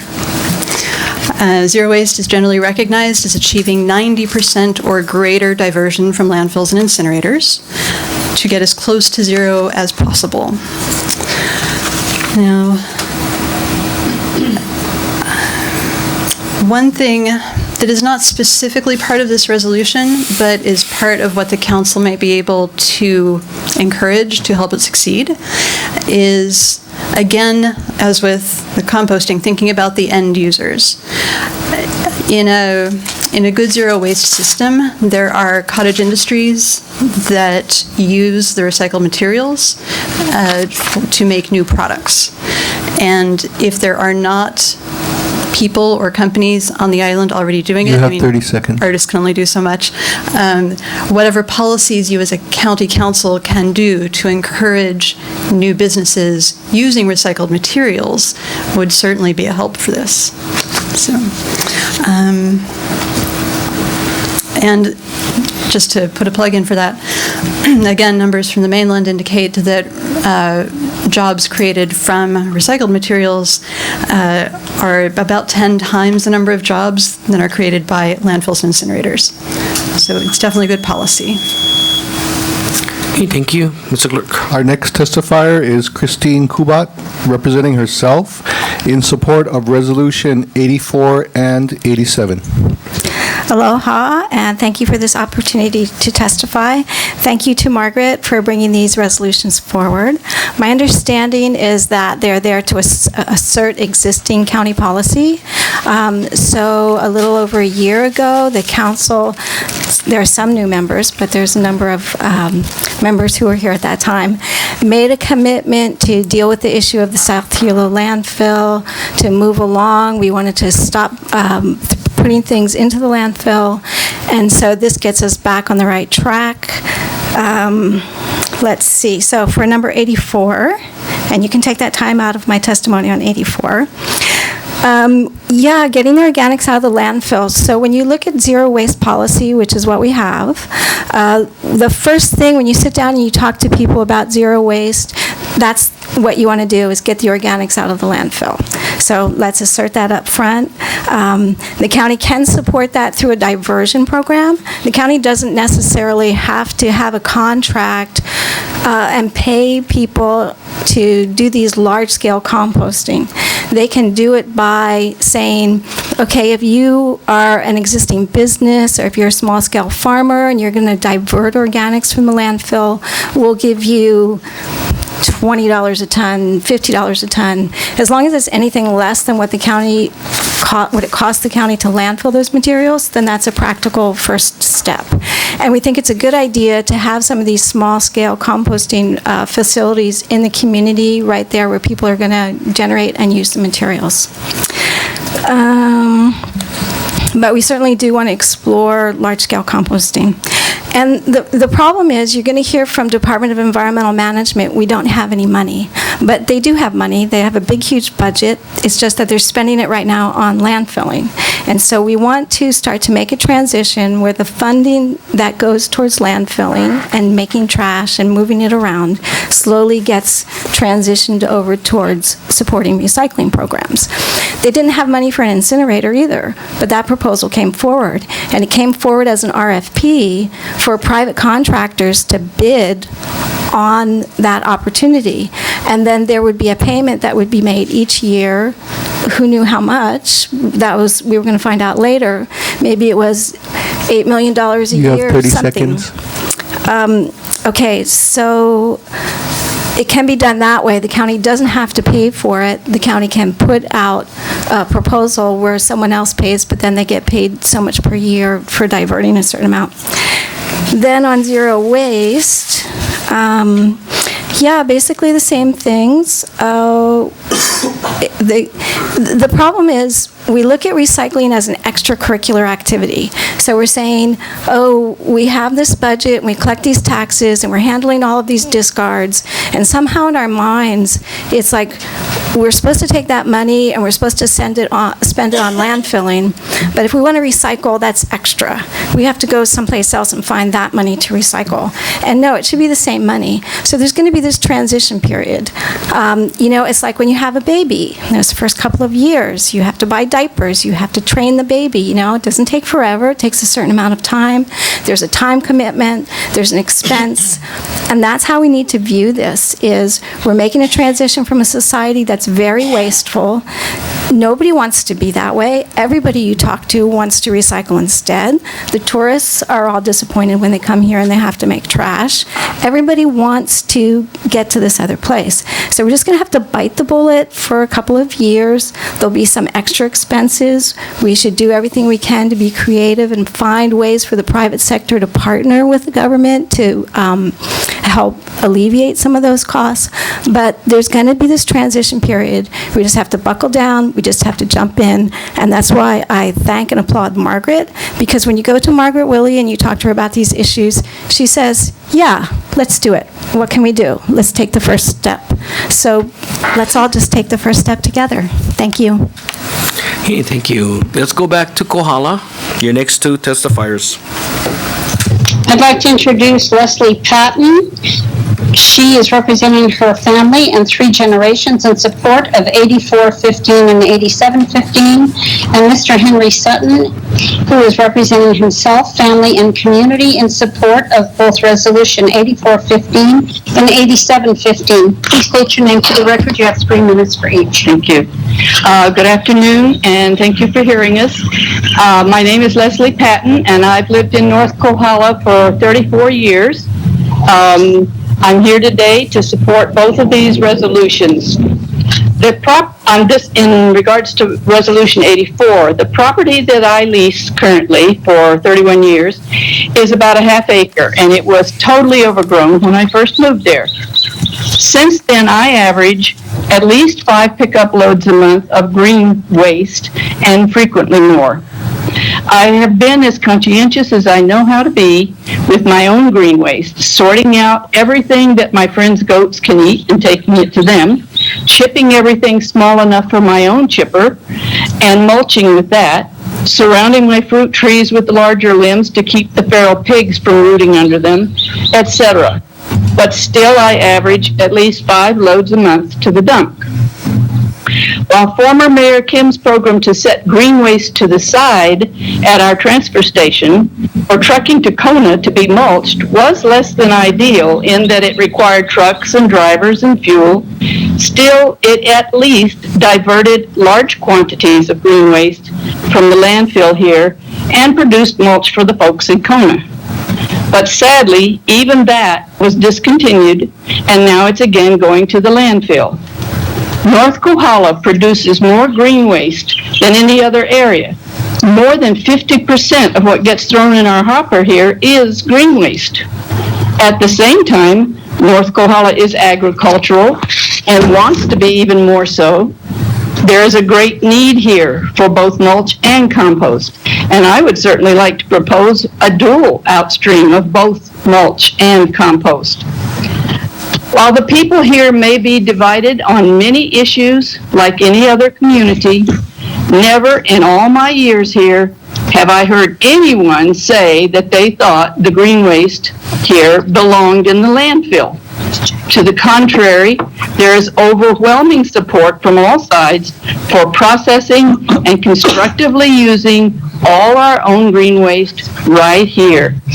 It's only common sense, ecologically and even financially. Green waste is not waste. As Donna pointed out, it's green gold. It's a valuable resource, and we want to use our own right here at home. In regards to Resolution 87, I'm here again to urge you to pass this resolution. The rampant, overheated consumerism that has increasingly prevailed in our society for several decades now has produced a world in which not only we ourselves, but even third world countries who take in our waste are beginning to choke on said waste. It cannot and need not continue in this manner. Each of us in our own home and in our own communities need to be able to divert usable items and recyclable materials from the waste stream at a community level. This has been done for many years in Europe and for several decades in many mainland communities. It is a proven and valuable way of living. It does not need to be reinvented. The examples are there. It merely needs a strong commitment to this process. And I urge you strongly to begin that commitment today by adopting Resolution 8715. Thank you. Thank you for your testimony. Please state your name. I'm Henry Sutton, and I've returned to the islands 24 years ago. I'm speaking on 8715, which is Zero Waste Diversion Program. It's a wonderful idea, and I've heard so many people go before me to say it's a no-brainer. Of course it is. I had the opportunity 24 years ago in Vermont to see how other communities handle their waste programs. We had there was a situation where you could drive into a landfill, and you could choose to put your plastics in one place, metal in another, glass in another, newspapers in one place, magazines in another, and any number of possibilities you could do. And when it was all over, you had what was left. And we charged us at that time, that was 24 years ago, $1 per bag. And I was delighted to do so. It was a wonderful thing, and the whole community was happy with it. We all felt like we were sort of providing for the future generations by keeping it out of incinerators and keeping it out of dumps, and making it possible to earn some money on it and make it reusable again, which is only totally sensible. So I'm completely for the zero waste diversion on 87. On 8415, which is composting, we've been composting for over 50 years in our family. We just take care of our own waste, our kitchen waste, our farm waste, whatever is waste. It's green and compostable. We rake it up, put it in piles and compost, and it's a wonderful thing. Also, we're at the point now where we're getting compost from the program that was initiated here in our town. We're able to drive our truck over, shovel it back in the back of the truck and take it home and put it around our trees. I'm super happy with that, and I hope that continues. The composting, as you heard from everybody, doesn't need much more explanation. It's just healthy soil equals healthy people. And if we go the other way, the end, which is more expensive to everyone and all of life in the long run, it doesn't make any sense to any of us. Let's take care of our children and future generations. Let's take care of ourselves. And let's compost now. Let's do whatever we have to do it. Thank you. Thank you for your testimony. Okay, Mr. Clerk. Our last testifier in Hilo is Ann Hassler, representing herself in support of Resolution 84 and 87. Good afternoon. My name is Ann Hassler, and for the last 10 years, I've been doing composting workshops for Recycle Hawaii, all over the county. Every weekend, once a month, every weekend, or every month, I will go out someplace around the island and put on 2-hour workshops. So I have one Saturday, 4 hours are devoted to this. This is because in 2003, I went through training from the USDA, Clark County, Washington Extension, and Washington State University to become what they called a master composter recycler. So I believe in this. It's almost as though it were a religious experience. It makes no sense to me not to do it. It saves money for the individual person because they take care of all of the waste that happens in their house, at their house. It improves their soil, and so they can grow better vegetables, better fruit, better plants. It also saves them money as a taxpayer because they don't have to pay money to have that product handled by someone else. They don't have to truck it anywhere, so that's more money saved. So it doesn't make sense to me not to do this. I've seen the impact that it makes on small groups when you do education in small groups. It's much more personal, and people are free to ask questions, and you really get to them instead of at them. When you talk about composting, you have to do that in a group setting that makes everybody want to participate. You can't just say you've got to do this. People have to want to do it. I've heard today people referring to compost and green waste as being the same, and they're not.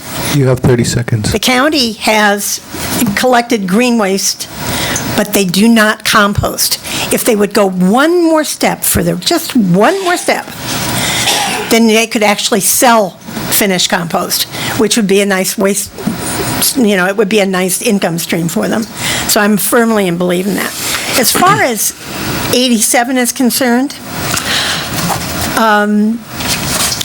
we've not always been a throwaway society. My parents weren't throwaway society people. It only became when packaging became so easy and people started drinking water out of bottles, plastic bottles, that we really ended up having such a huge problem as far as this is concerned. Everything can be recycled. If you're talking about zero waste, the biggest problem is that you need to have someone who wants the raw materials that you are being recycled, that wants to take them and make something else from them. That requires research that, it's kind of like putting out a request for employment. You want somebody to come and get your stuff, or anywhere else taking care of us. So we need to be truly self-sufficient. Thank you for supporting this. I certainly hope that you do. Thank you. Okay, Kohala, you're next two. I'd like to introduce Nicola Sutton, representing Ken Boyne, Callie Gregive, Kyler Sutton, for support of 8415 and 8715, and Amber Jade Cummings, who is representing herself community, and she has listed 49 others. Chair, do you want me to read each one of those, or is it listed on the testifier sheet sufficient? Yeah, that's fine. She is in support of Resolution 8415 and 8715. You have 3 minutes for each. Please restate your name. Hi, my name is Nicola Sutton, and I'm speaking about Resolution 84, about composting. So my family and all my friends, ever since I grew up here in North Kohala, have been composting, and every time we chainsaw down trees and everything, we try our best to make wood chips. And when you make wood chips, you can break down soil and compost and things like that, and you have all these amendments that you can put bokashi and EM to balance your soil and make it, if it's too alkaline, you can make it more acidic and so forth. So what I would like to see more of in our town and just all over the island everywhere is a lot more, if we could start bringing our compost to a place in our town or something, and I need as much compost and things that I could use a lot of compost, a lot of green waste, and if we had a place for that, putting it in the landfill isn't going to do any good for anyone. It's just sitting in a landfill, and it's, there's CO2 going into the atmosphere and other things that are going to thin that, make the UV rays, even worse. And we just want to keep everyone strong around here and healthy. And to do that, I would say that, using compost and not throwing it away, because it's a very valuable thing for everyone, and we can actually, create food with it instead of, waste our food. So being sustainable is a big part. And speaking about Resolution 87, I completely support zero waste, and I see a lot of recyclable things at the dump. Every day I, work construction sites and do, landscaping, and I see all these very valuable materials that could be created into, really, really amazing things, broken down into, reusable things for cars and, other things, and would not like to see that, in the lava fields just sitting there and, not doing anything. So, I really hope that you consider, everyone's, what everyone's, talking about today. Thank you. Thank you for your testimony. Please state your name. Aloha, my name is Amber Jade, and I am a resident here in Kohala, and I'm really appreciating this time to talk to you, and want to just shout out some real gratitude towards the members for listening to everything we all have to say. It's a blessing to be able to speak our minds and have people who care and who will listen, even if it does take a long time. So I really wanted to bring this home in a very personal way because these issues affect me very greatly, and it's why I came to the island in the first place. So I'd like to speak on Resolution 8715 first in support, and I brought some props to be able to kind of bring it home to just explain why this is such an important thing. There is no way that we throw things away to. We can put them in the landfill and expect that they're not to go anywhere, that they just kind of hang out there, and that eventually, sometime in the future, one of our keiki is going to figure out what to do with our mess. And that is not the kind of legacy that I want to live. That's not a gift I would give to any child. So I just wanted to bring some things to talk about. This is not a gift. There it is. There you go. This is not a gift that I would want to give a child. This is not a gift that I would want to give my child. This is not a gift that I would want to give to my child and say, you need to figure out what to do with these. You need to figure out what to do with the container, the toxic material that's in it, and you're going to clean up my mess for me. And the reason that I brought these is because in 2007, I got really sick. I had some kind of mysterious disease that nobody could figure out what it was. And eventually, after going to, 50 different doctors and being turned away by multitudes of doctors that said they couldn't figure out what was wrong with me, this is what they found in my bloodstream. They found antifreeze, they found cleaning supplies, they found pesticides. And these caused me to have brain damage, liver damage, damage to my pancreas, and now this is what I use to live. This is an injection that I have to take every single day so that I can survive, because my body does not produce the right kinds of enzymes to deal with this stuff. Nobody's body does, but mine just happens to be a little bit more sensitive. So when we throw things away and they end up there in our water, in the air, and in the food we eat, and all over our children, because it ends up running into the ocean, that this is what we end up leaving as our legacy, and it does affect everybody physically in a very serious way. And so it's my mission to live my life now in a way that this doesn't happen anymore. So on the Resolution 84, speaking to organic composting, I think that's pretty much a no-brainer. Everybody else has actually said everything that I had to say about that. But the one thing that I really wanted to discuss is we've talked about expense and budgeting, and at some point, I think we have to look at it as in either we're going to figure out how to pay for this now, or our children are going to have to figure out how to pay for it out of the world that they live in. And currently, we're looking at this and we're saying, gosh, we have this problem, but you know who created that problem? Was the generations before. The generations before allowed this to happen this way, and so now we have this problem that we're going, gosh, we can't afford it, let's push it off or try to do something else so that they can afford it in the future. So if we can get a hold of our composting system now and say, we're going to do whatever we have to do, if we have to loans or invest or whatever it is we have to do to take care of it, we're actually going to be paying it forward and saving money in the long run. So that's all I have to say. Thank you so much for listening. Appreciate it. For your testimony. Paula, you're next two.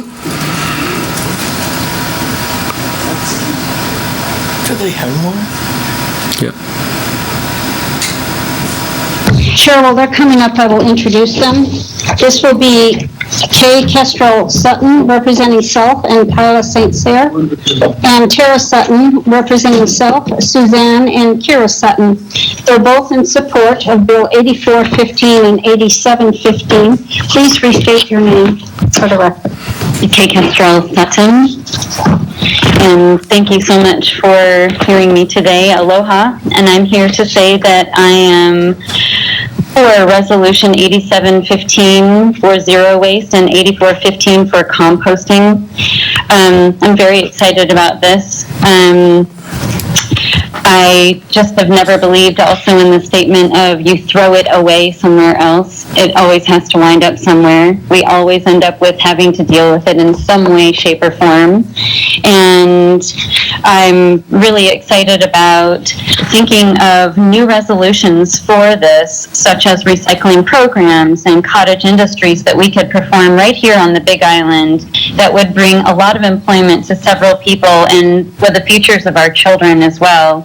Bringing more education into the school systems and bringing to their classrooms this different diversity, something new to think about, some multi-artistic way that we can be creative to create maybe even playgrounds out of what we don't ship off of island, but it stays right here on the island, something that we don't create a hazard for. We would like to make sure that we keep paradise here on the Big Island. That's why, if not all of us are here for, the majority of us move here for. I'm really excited that I would think that we would all say yes to clean air, healthy soil, and clear and free of pesticides and heavy metals and toxins. And so we're in this absolutely beautiful tropical paradise, and let's keep it that way. So be it zero waste and composting. We have so many beautiful trees, plants. We have soil that is soil ready and just living with microorganisms here on this island that would just love to devour more. And we can create a lot more plants and diversity with the children and teaching how to grow our own food. I think this is a very, very important subject. Thank you so much for your time. Thank you for your testimony. Please state your name. Hello, I am Tara Sutton, and I am here to, in 100% support of both resolutions 87-15 and 84-15. Regarding 87-15,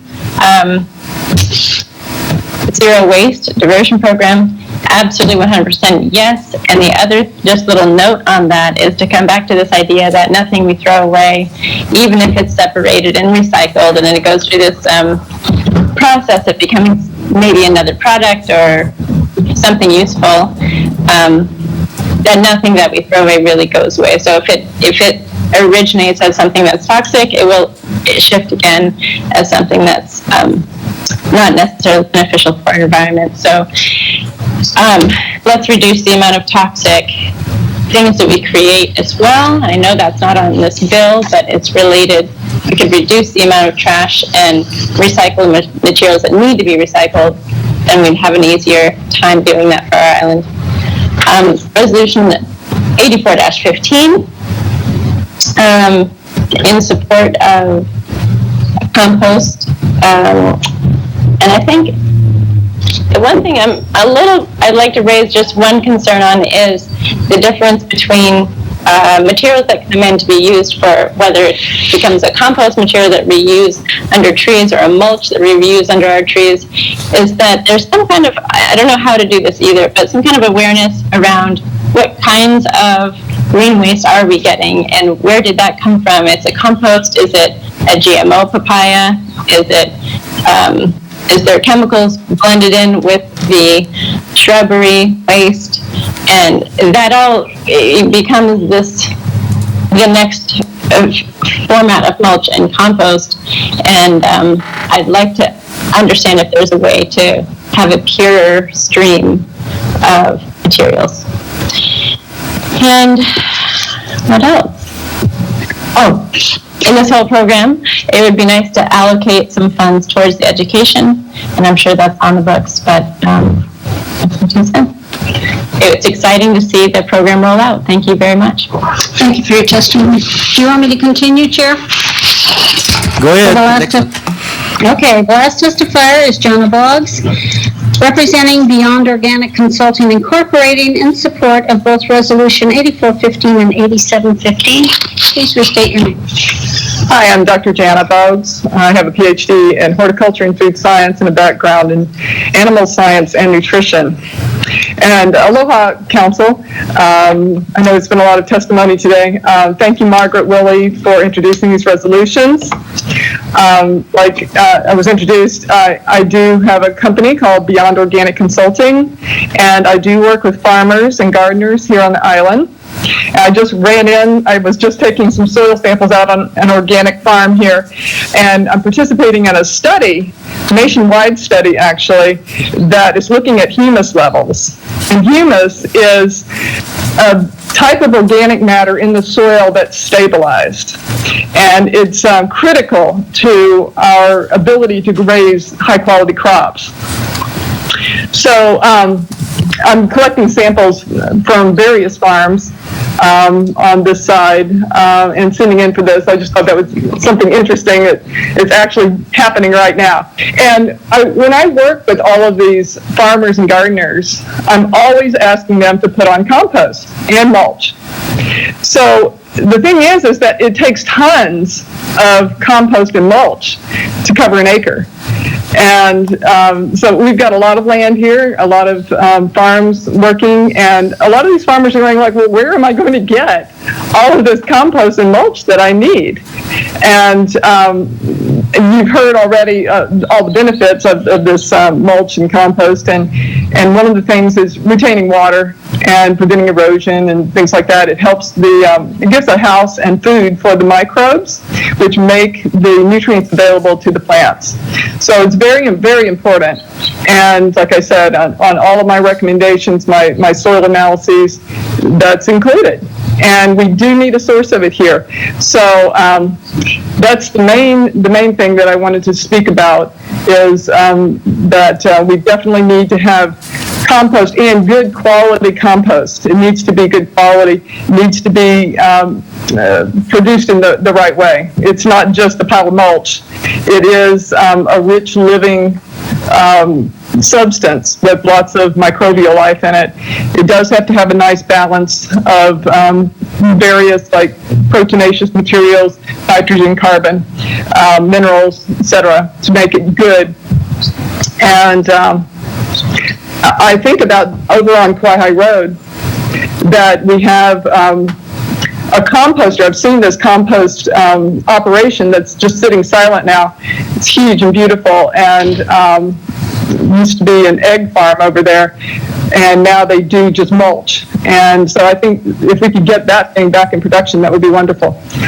Anyway, I think my time's about up. For the first resolution, you have 3 more minutes on the second. Okay. So the other resolution, zero waste diversion programs, just fantastic that we're not having the incinerator and that we are going to be able to have these ways of recycling, reusing all these different materials and hopefully actually making some money back on these. Really, that's about it, and I'll let you get on with your day. Thank you so much. Aloha. Okay, Thank you, Chair. That's all. Okay, thank you. Is there anyone else at any site that would like to testify? Staff? Okay, hearing or seeing none. Okay, Mr. Clerk, let's go with resolutions 84-15. Order of resolutions, Resolution 84-15 urges the mayor to enter into a multi-year contracts to establish regional and community-based organic compost operations in the county of Hawaii. Suggested contracts would be for 10 years, which may include a 2-year transition period during which the contractor is not obligated to maximize the production of compost, with the option of 2 5-year extensions. Reference communication 127, introduced by Ms. Willie. Okay, Ms. Willie, your motion. Motion to approve resolution, what is it, 84-15. 15. A second?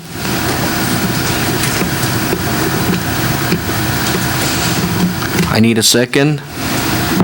I'll second.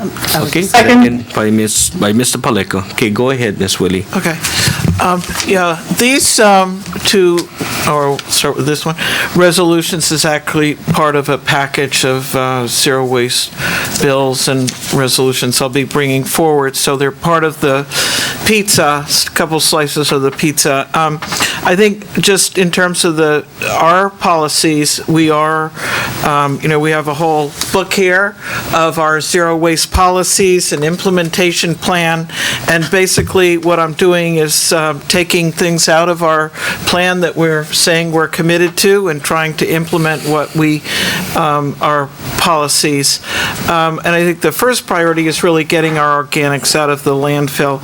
I think as been said, generally 30 to 50% of our waste, at least in my district, is organics, and that it's critical to keep them out of the landfill in terms of the environmental harm, the methane, and also the duration and the lifespan of the landfill. I mean, I think it's sometimes difficult to sort of put together the short-term economics with the long-term economics, so that there is a cost. I know, in speaking to environmental management, they were saying how getting new bins for the green waste, I believe they purchased 8 for $10 million, that at the same time, how long each time, the more we put into our landfills, the more damage we're doing, the more methane, the more we have to divert that, the more we have to deal with fines,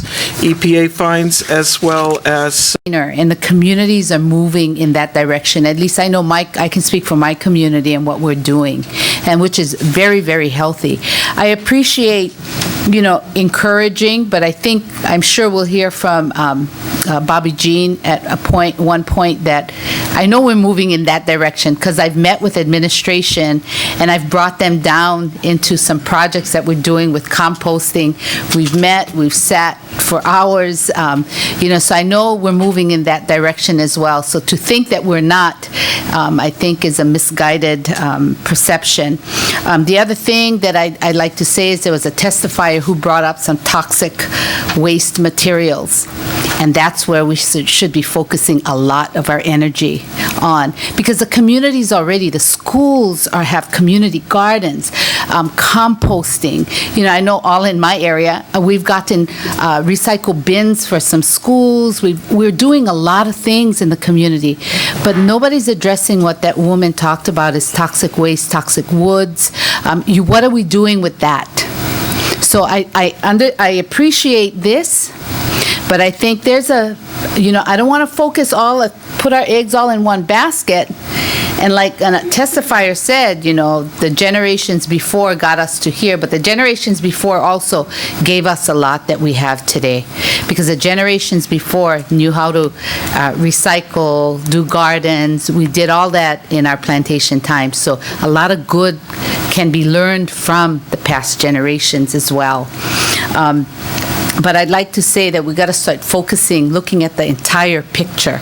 And there are a lot of things going on even in North Kohala, with Parker Ranch and with partnership with the possibility of with Ulupono and anaerobic digester. A lot of things. So somebody testified down going Kawahai Road, start opening that up. I mean, there are a lot of things going on with that. I just don't want, and I appreciate taking out the 10-year thing, because you don't want to lock into something when the community is investing in themselves already with a lot of this. Very healthy. Very, very healthy. So I want to hear so much more about how do we deal with toxic waste in more of that direction, because I think we're really doing good with when we talk about composting and all this great stuff of recycling. So I'll yield at this time. Thank you. Mr. Palico? Yeah, Bobby Jean, if you don't mind, please.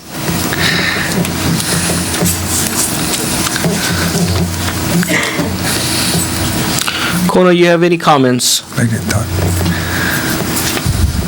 Not at this time, Chair. Thank you. Just wave and then I'll acknowledge you guys. Okay, go ahead. Go ahead, Mr. Paleka. Good afternoon, Director Lady Todd. Did you have a chance to review the resolution? I have not seen Communication 127.1, but if the amendment is just removing the reference to the specific number of years, I have no objection to that, and that's actually more consistent with what we would want to see in a resolution. Okay, that's good. And then, having experience in rubbish collection service and being but I don't want to take up too much time.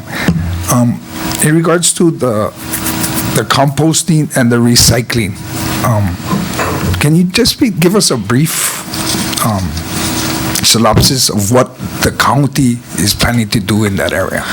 Well, we currently offer the several different bins.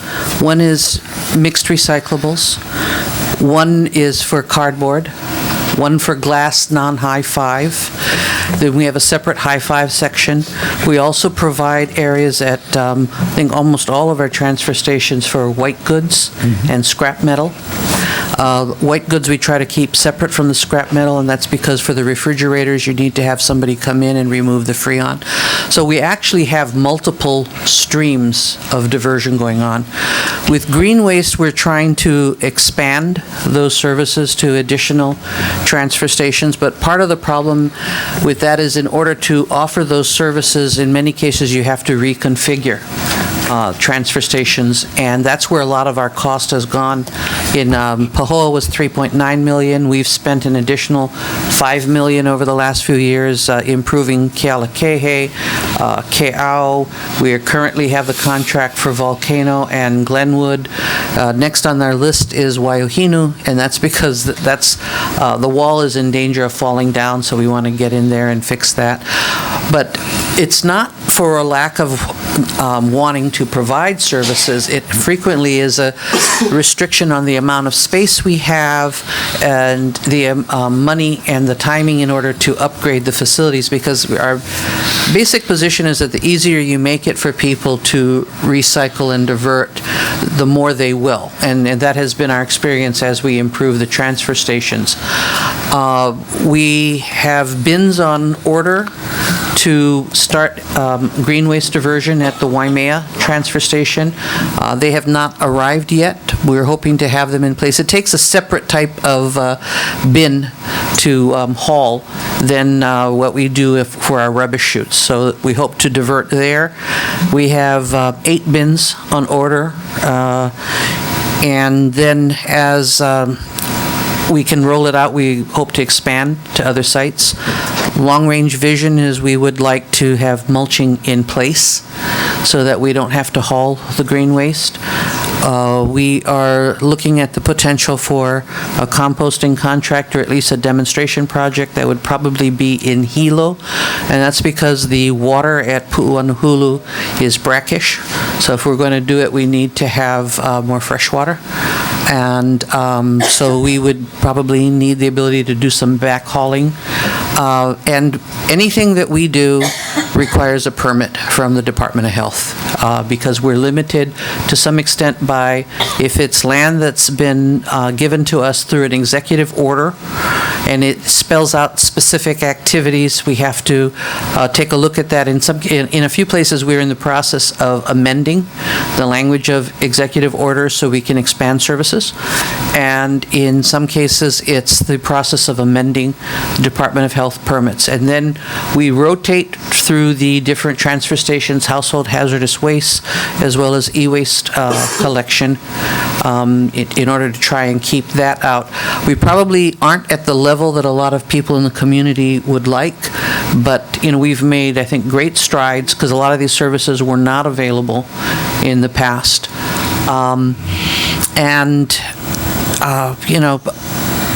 I just want to say that I think to some extent, some people also need to try and do more composting of their own green waste in their backyard rather than taking it down to the transfer station, because I think ultimately government can't do it all.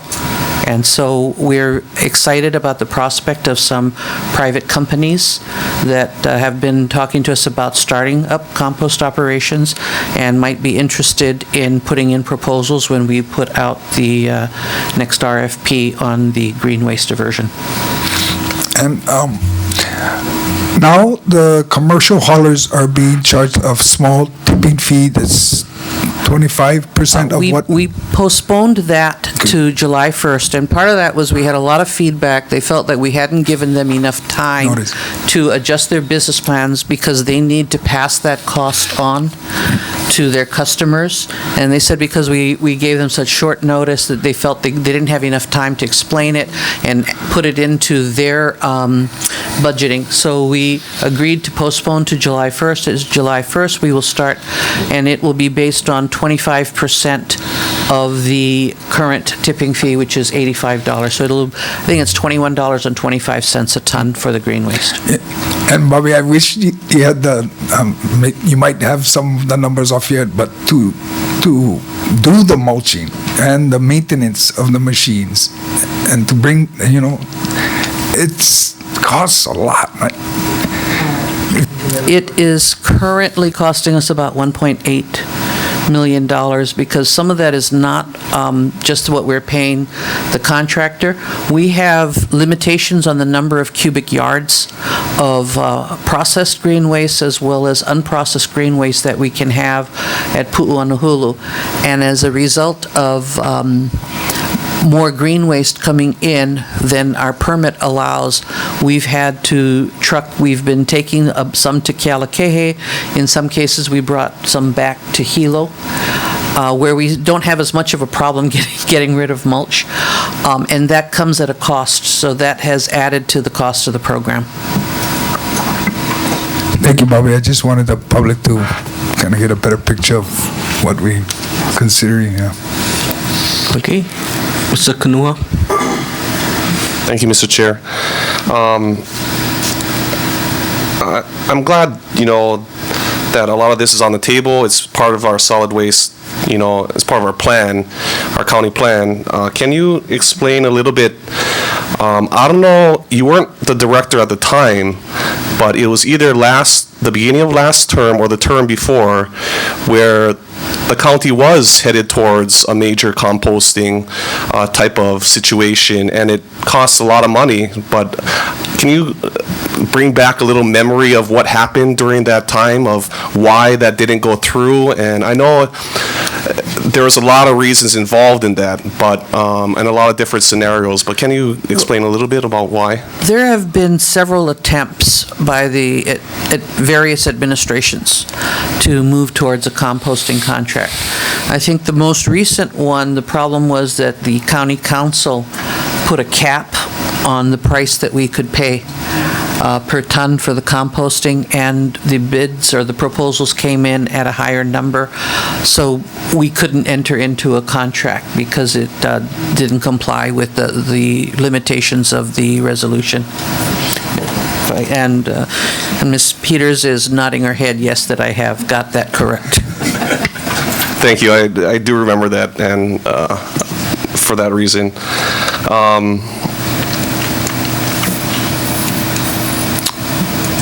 I'll yield it this time, but thank you, Mr. Chair. Okay, any other members in Hilo? What about in Kona? Thank you, Mr. Chair. Yes, I just wanted to say that I think that it's very good timing for us to start supporting some initiatives that this county's been working on for many years, and I'm happy to be part of the future of our island becoming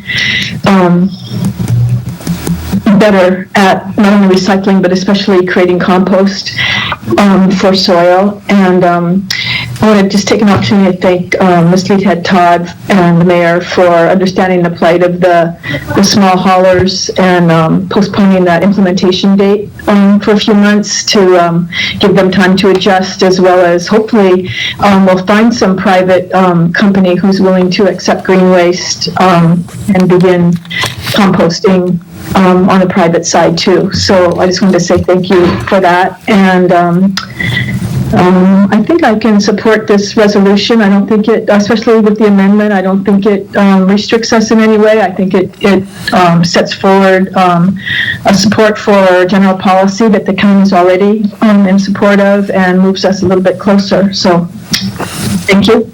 Okay. Okay, Mr. Iligan. Thank you, Mr. Chair. Director, I just have some clarification questions. At this time, what's our percentage of diversion?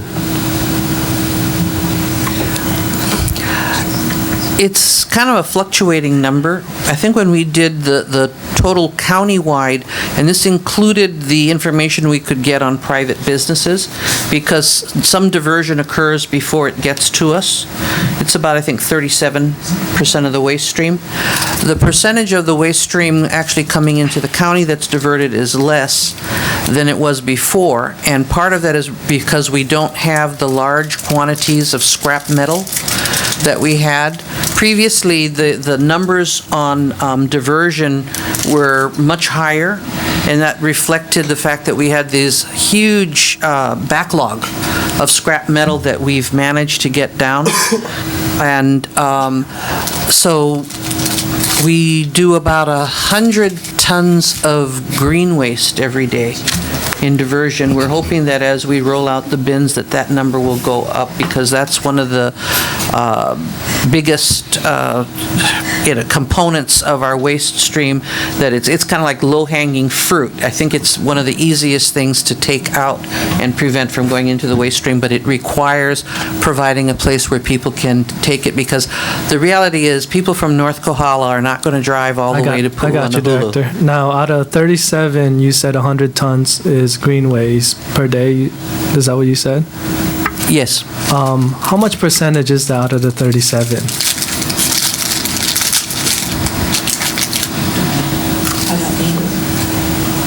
I'm not sure, but I think that might, out of the amount that's diverted, that would be a very high number, just because of the sheer number, volume and the number of tons. That would be a big percentage of what we're diverting. We can get that information to you. If you could provide me that information. And my final questions would be, what's the plan for the future regarding diversion? Do you want to increase that number? And I'm guessing you do. And by how much, and what's your estimated time? I don't think we have an estimated timeline. We want to roll out more green waste diversion, and there are two reasons for that. One, it's low-hanging fruit. It's the most, it's one of the easiest components to pull out, but also because we do have, in effect, our policy where we're trying to prevent organics from going into the landfill, and that's because of the decomposition in the CH4 that it produces. And so it's one of those things that you want to keep up. We are hoping to look at the remote mulching, so that we're not just doing mulching at Pu'uanuhulu and Hilo, because we think that that would help with diversion, because it would mean that it's closer to communities. So we were looking at the potential for maybe Waiohinu and KA as areas where we could do some mulching, and then farmers in those areas could pick up the mulch there, and then we don't have to transport. And then you reduce the risk or the concern over transporting invasive species if you're not taking it from one section of the island to another. Okay, so at this time, you're looking to just maintain that percentage using different types of more efficient ways to divert and handle and manage? And when we've looked at the numbers for like city and county who has a curbside, I think the interesting thing is that their numbers aren't that different from ours without curbside. And it's because people here, when they go to the transfer stations, actually are voluntarily diverting a significant amount of their rubbish. Director, we understand that there's no real curbside. And the thing is, we currently have a system that we still need a plan to increase that diversion if that's where we're headed. Now, what are we doing to increase that number? I would like to know, since you have a lot of information that I currently don't have access to, I feel like you would have the better mind and the organization to figure out a plan for the future. The biggest percentage of rubbish that is going into the landfill that's divertible is green waste and then food waste. And so if you address green waste, you are going to end up significantly diverting from the landfill. The difficulty with moving towards the food waste is that it requires a different kind of permit and a different type of facility. Generally, with the Department of Health, in order to move in that direction, you need what we call a closed vessel or covered facility. That's why we're very excited looking at some of the facilities that a private vendor is looking at, because he does have a covered facility, and so the potential for having food waste diverted to that type of operation exists, and so we're hoping that they can put their plans together, because then we would be able to direct additional diversion to them. For now, our plan is to take a look at just the green waste composting. We want to see what kind of a demand we have for the product. We think it'll help us take care of reducing the backlog, since, we're obviously not moving the mulch as quickly as we would like to on the west side of the island. But that's your single biggest component of rubbish going into the landfill that's divertible. Well, thank you, and if you could keep us updated on what solutions you're looking at with regarding green waste and how much that will impact the diversion rate, it would really help us on considering my concerns the last time in making your amendment. I've been vacillating on these two resolutions as to whether I should vote in favor of it or not, and I've decided that I'm going to be voting against them. And I'll explain why. And it's not to say that I'm against the ideas that have been advanced here. I think they're all good. I actually support them. I mean, if these resolutions just said we support composting, community-based organic compost operations, hey, I'll vote yes. Or zero waste diversion. I mean, even if they may not be attainable in the long run, at least we should be aspiring to it as a goal. So I'm okay with all of those things. What troubles me, I have two reasons for it. The first one is the contractual aspect of all of this. Resolutions don't have the force and effect of law. And I don't have in front of me any kind of financial information as to how this is going to be done. It's very difficult for me to really synthesize all of this in my mind, and how I could just as well say, yeah, I'm in favor of this thing, in concept, but I think that'd be somewhat irresponsible.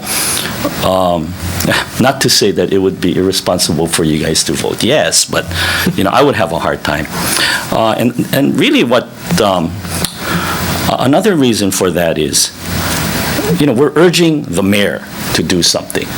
And I've had several conversations with the mayor, not real specific, but I know he's deeply concerned about addressing, our waste stream and utilizing as many recycling methods as possible. I mean, look, he actually got off of his incinerator position, and that, was very surprising. So, we have had discussions.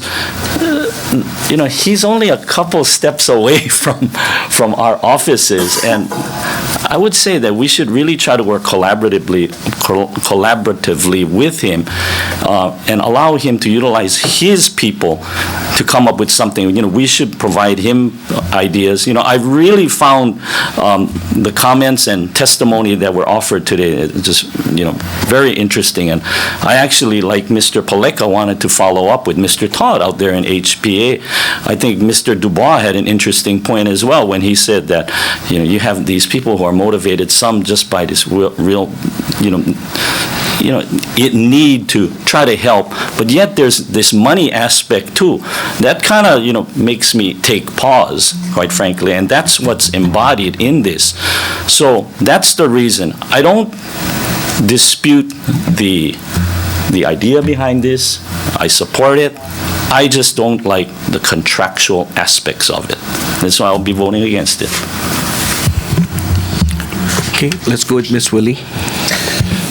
Yeah, let me just say I appreciate what you're saying, Councilmember Chung, and I really, I had thought there was a bill that was coming forth at the same time that would have provided the economics, and I'm not sure where it got lost in the shuffle, maybe in Washington, D.C.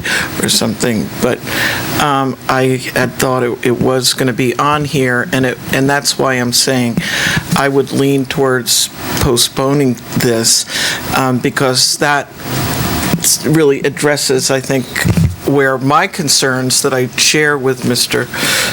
Councilmember Chung. I do think I take some disagreement in terms of putting in the contractual issue. I think that we are the policy group that some of those contracts have been canceled, and just saying that these are important. I have been working with and gone over this with Bobby Jean and persons in her department. So I think also just in terms of the significance of this, we talk about hazardous waste, or Ms. Poindexter talked about like what that woman came forward. Really, that methane is toxic waste. I mean, that is in there, and we're now, it's because of that toxicity that they're actually now having to divert more out of there and take it away from there. I mean, I think it's, I guess really what I'm saying is that this is expression of urgency, that it is really important. We may be doing things on a community basis, but we don't have, we're not diverting it. I mean, it's still, so much of it's going in there that we're paying for over time. So I urge you, I'm open to postponing it. I don't want to make a motion, and if there's other council members that want to say anything, but otherwise I would ask that move. Why don't we just go one more round first? Yeah. Okay, Ms. Poindexter? Yeah, I agree with Councilmember Chung, because I totally believe in giving it back to the community and us taking ownership of it. We did it before in the plantation times. When you start depending on government and saying you're going to have fees to go drop off, people and start dumping in the gulches. People who can't afford, and that's happening. We gotta understand that. That's just human nature for some people who can't afford to it. We have a poor community. If you've ever go research for the newcomers who are new to our island, go look at the history. We just got through the demise of the sugar industry. And look at what our people are going through. We're still having the effects of that closure. Hold on, Ms. Poindexter, one second. Okay. Are you folks leaving? I gotta get Linda back. I'm for transportation, and I gotta get her back. Oh, because I had a question about the composting, about the mulching program that we have right now. The Hawaii Fire Ant Lab found fire ants in the mulch. So that's why we had a visit with Linda and Greg, and we're talking about getting a composting system in there. So I had some concerns about that, because to me, like the invasive species like that, like especially the fire ants, is being transported. So if we do the composting on that part, I would really like to see that happen. We are currently working with the mayor's office. Sorry, Ms. Poindexter. No, that's okay. Go ahead. We are currently working with the mayor's office on a new RFP for the next mulch contract, which would include taking care of invasive species through special treatment. Okay, and how long would that be? We are hoping to have that the existing contract ends in December 2015, so the new contract we're shooting for is January 2016. And there's no way we can, like, expedite it, like, to get it going faster? Yeah, you know, I think it's difficult for people to comprehend that every time I have to amend a permit to do things, typically it takes me at least 6 months to get the permit out of the Department of Health. And I can't do anything at our facilities unless I have a permit from the Department of Health that specifically says I can do that activity. Okay, well, I mean, if you folks are having that problem, then maybe you can let the council members know, so when we go to the Capitol or we go visit the departments, we can go and help lobby for that, okay? Because then, you know, more people talking to them might make it go faster, okay? And talking to the right people might make the process go faster, okay? So please let me know if you need help in that area, okay? Because I was told in the past that there was no fire ants at the composting, at the mulching area. When we went down, we tested it, there were fire ants coming in from the green waste, okay? And then we had Dr. Kaz test the mulch, and he found fire ants. So, you know, the county right now, we have one task force or a group that is going around in Parks and Rec to eradicate the fire ants in our parks and facilities. And so I don't want to see this thing keep on spreading, because then we're going to be, you know, like we're fighting a losing battle, right? We're trying to eradicate, but then we're also giving out mulching to the people, and then we don't know if there's a queen or not in that in the mulch, right? And so we need to stop the transporting. So that's why I wanted to, you know, when we met with Linda and Greg, that we, you know, to me, I wanted to get this going faster, because we know there's a problem.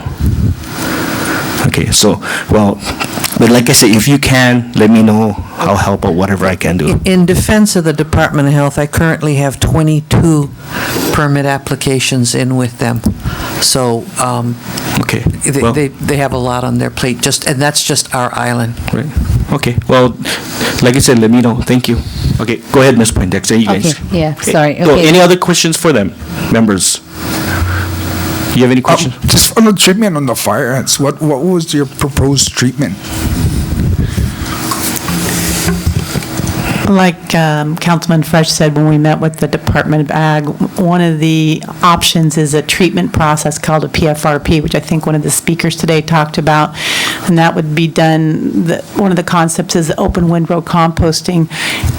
Open windrow, it's not going to be a full composting, it's not going to reach the temperatures and be that same type of end product, but it does heat up, and they have to turn it so many times, it has to be tested, and that will treat the little fire ants. And Kaz was in that meeting, and he agreed that he thought that would be a good situation. Where we're taking the mulch now in Hilo, we don't have enough space to add that, so we're looking at a different area of Is it a proven treatment? Is it a proven treatment? Yes, yes. So we have to find a different space, which is, Lead Head Todd said we'd have to get a different permit. We'd have to, maybe a whole new permit application process for that. So, thank you. You're welcome. Okay, any other questions for them? Thanks. If not, okay, thank you very much. Okay, Ms. Poindexter, go ahead. Okay, so I got to regain my thought process here. But, so, you know, when you talk about a postponement, I would support that if you would work towards, like what Councilmember Chung stated about our supporting our administration to move in that direction, but not giving them, you know, you got to do this, you got to do that, because we got to look at what's happening island-wide. Because I'm fortunate, or we're fortunate enough in District 1 to have Ray Schaefer, is it Dr. Schaefer?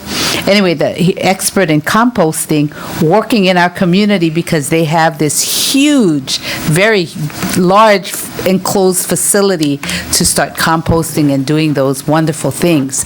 So I think we got to look at overall what's happening in the county, talk with administration, what are they trying to do, and then start talking about this. I think we're jumping the gun ahead of time when We have so many great things happening in community, and you kind of like trying to force it in a direction where it doesn't need to be forced, I think. But I would definitely support a postponement and talk more about this. Thank you. Mr. Paleko? No, I just wanted to add also, we got to look at the money issue about this. When I was in, I hate going back to this, but when Germany introduced or got really serious about their recycling program, you paid for it. You paid for the containers, and that's what helped get the program going. You understand? The bags, the containers, you paid. Now, to implement that here in Hawaii would be hard. We get plenty of families. They're just trying to make ends meet. So that's considerations that you really got to take a real good look at before you implement one plan. Yeah? I mean, we can use all the models that work from anywhere around the world, but they have to be put into context here in Hawaii on this ground, this I know. And Margaret, I totally support this, but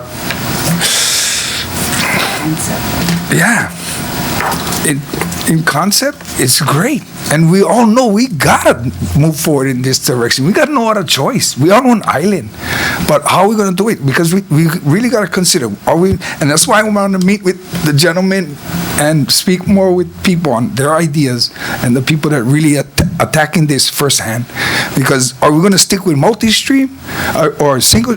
Ours is kind of a multi-single stream because we have bins in different, but not as much as other places do. Like they have up to 7 to 9 bins. When you look at one apartment in Europe, different places, you go into the rubbish place, there's like 7, 9 bins.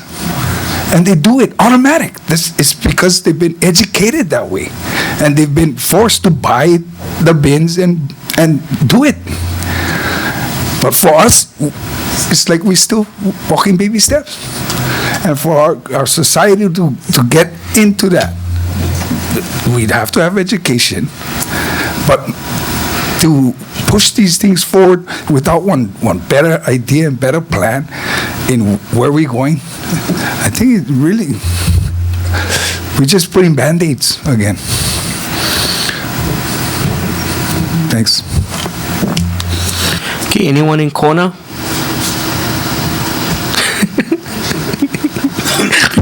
That to wake you guys up. Okay.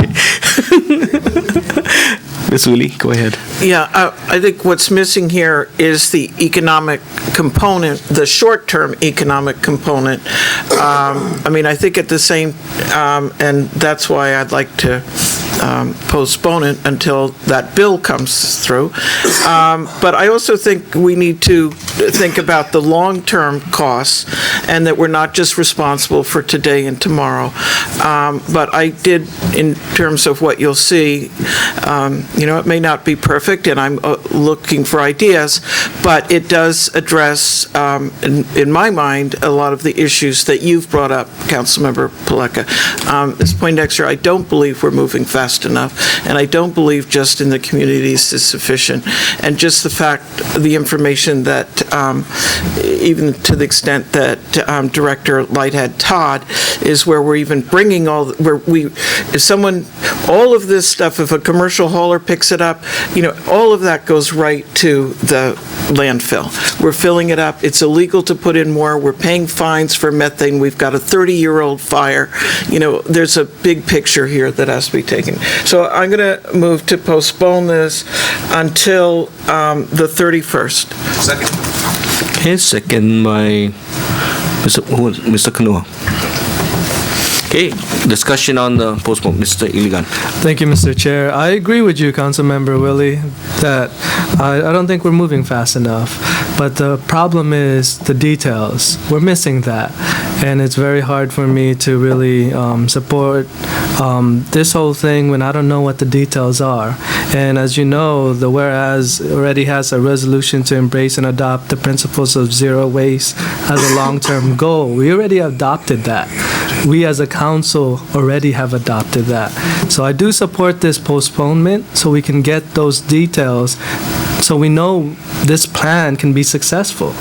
So thank you for doing all this hard work, and I appreciate that. And I wish the success for all of us. So thank you. Okay, anyone else? Connor, on the postponement? I support the postponement. Okay. Okay. Anyone else? Okay. I just need to make a comment. Hearing the discussion, what the council member said, to me, if we postpone this, it doesn't really solve, because the concerns that you folks have is not just the financial part, but it's just the whole thing about this resolution. And so why should we postpone that unless Ms. Willie's going to amend this whole thing and listen to what the council members' concerns was and then change this resolution? Because one part of the discussion was about the financial, but the other parts is just about the resolution. So to me, we should just either vote it up or down, or you just postpone it and redo this whole resolution. Because no sense we postpone, because there's still problems in this reso that she cannot. You could because we didn't vote on it. But then, we went through this whole discussion, and we had so many testifiers already. But so to me, it would be listening to the council members is that this has to be amended, the whole resolution. So that's just my comment on why I'm not going to be supporting the postponement. Thank you.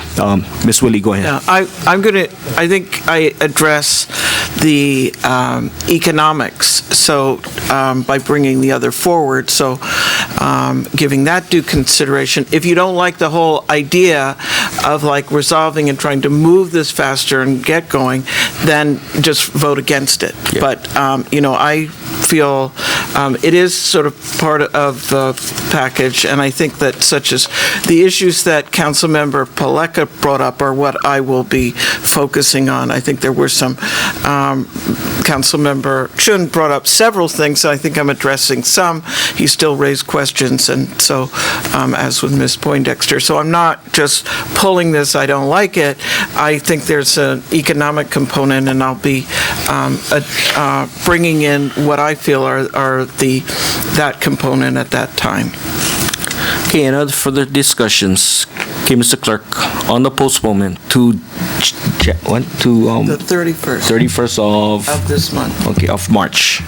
Okay. This is the motion to postpone Resolution 84 to March 31st. Mr. Chung.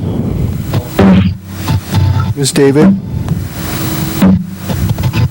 Aye. Ms. Zioff. Aye. Mr. Iligan. Aye. Mr. Kanuha. Aye. Mr. Paleka. Aye. Ms. Poindexter. Aye. Ms. Willie. Aye. Chair Onishi. No. Chair Onishi, you have 7 ayes and 2 noes. Okay, so Resolution 84-15 is postponed till March 31st. Okay, Mr. Clerk, Resolution 87.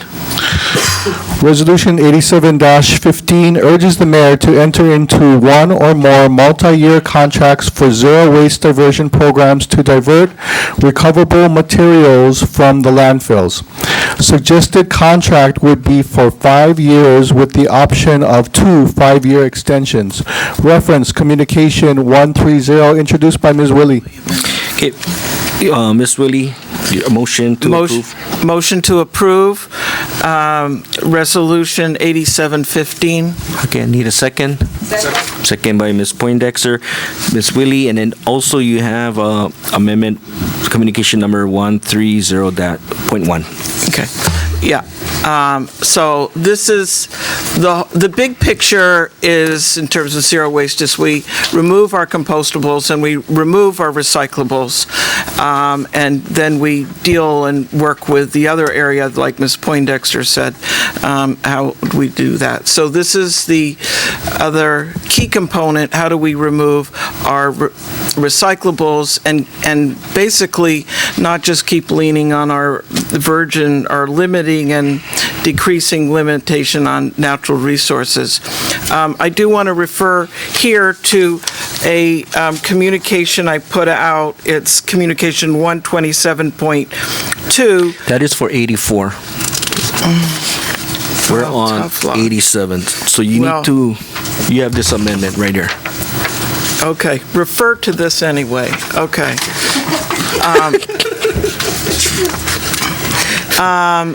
Okay, so this on my amendment. The amendment, I motion to approve amendment, communication number 130.1.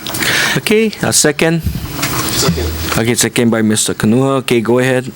And again, the point here is to take out the details of urging what terms would be in a contract for dealing with our recyclables.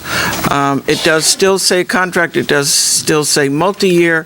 Multi-year means that it would come through the council. It's not just just going through the administration. And I think just in talking to all of those in these industries, that allows for a lot more savings of costs if we know that it is that. But just getting back to this proposed amendment communication, it would take out the details from what the contract terms would be. Okay. Okay, any other discussions on communication 130.1? Kona? No, thank you. Okay. Okay. Go for a vote. Okay. Mr. Clerk, roll call.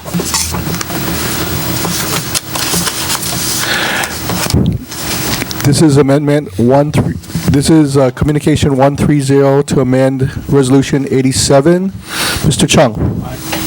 Ms. David. Aye. Ms. Yap.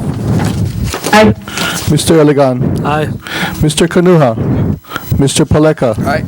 Ms. Poindexter. Aye. Ms. Willie. Aye. Chair Onishi. Aye. Chair Onishi, you have 9 ayes. Okay, so resolution 87-15 is amended. So go ahead.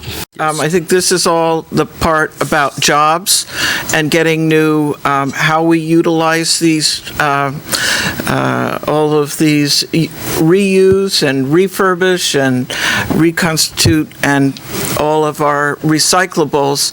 I think there's been, Mr. Duarte talked about some of that and different incentive programs that are working really well. I know that one contractor, for example, Atlas is now doing like 2 cents a pound if you bring them their newspaper or cardboard, and really working well. There's a lot we can do, and really in looking in terms of the jobs, it really is community oriented and location oriented. Each of the communities that I studied, were very different programs. One of the ones that brings in the most money and the most jobs is really focusing on computers and electronic equipment, such as right now, even Mr. K's is now doing fixing computers and getting them back out into the public. So that the diversion contract from the past year, or the past few years, that we were doing and that was thought very successful, just got canceled. And so I think we ought to move that forward. Again, the reason I'm saying to abbreviate this, I'd like to, again, move to postpone this so that you will see what I thought was going to be on the table at the same time, the economic component that would address the initial costs. Okay, so that's the motion to postpone. I need a second. Second. Okay, second by Ms. Poindexter on the postponement. Any discussion? Kona? Any discussion? No, thank you. Okay, good. Okay, if no other here, you don't want, right? Okay, Mr. Clerk, on the postponement. Motion to postpone To March 31st. Yes. Resolution 84 to March 31st. Mr. Chung? No. Ms. David? Aye. Ms. Yaf? Aye. Mr. Iligan? Aye. Mr. Kanuha? Aye. Mr. Paleka? Ms. Poindexter? Aye. Ms. Willie? Aye. Chair Onishi? No. Chair Onishi, you have 7 ayes and 2 noes on the motion to postpone. Okay, so resolution 87-15 is postponed to March 31st. May I have a motion to adjourn? Any, second? Second? Second? Okay, second by Ms. Willie. All those in favor of adjourning, say aye. Aye. Those opposed, okay, this meeting is adjourned. Pay attention.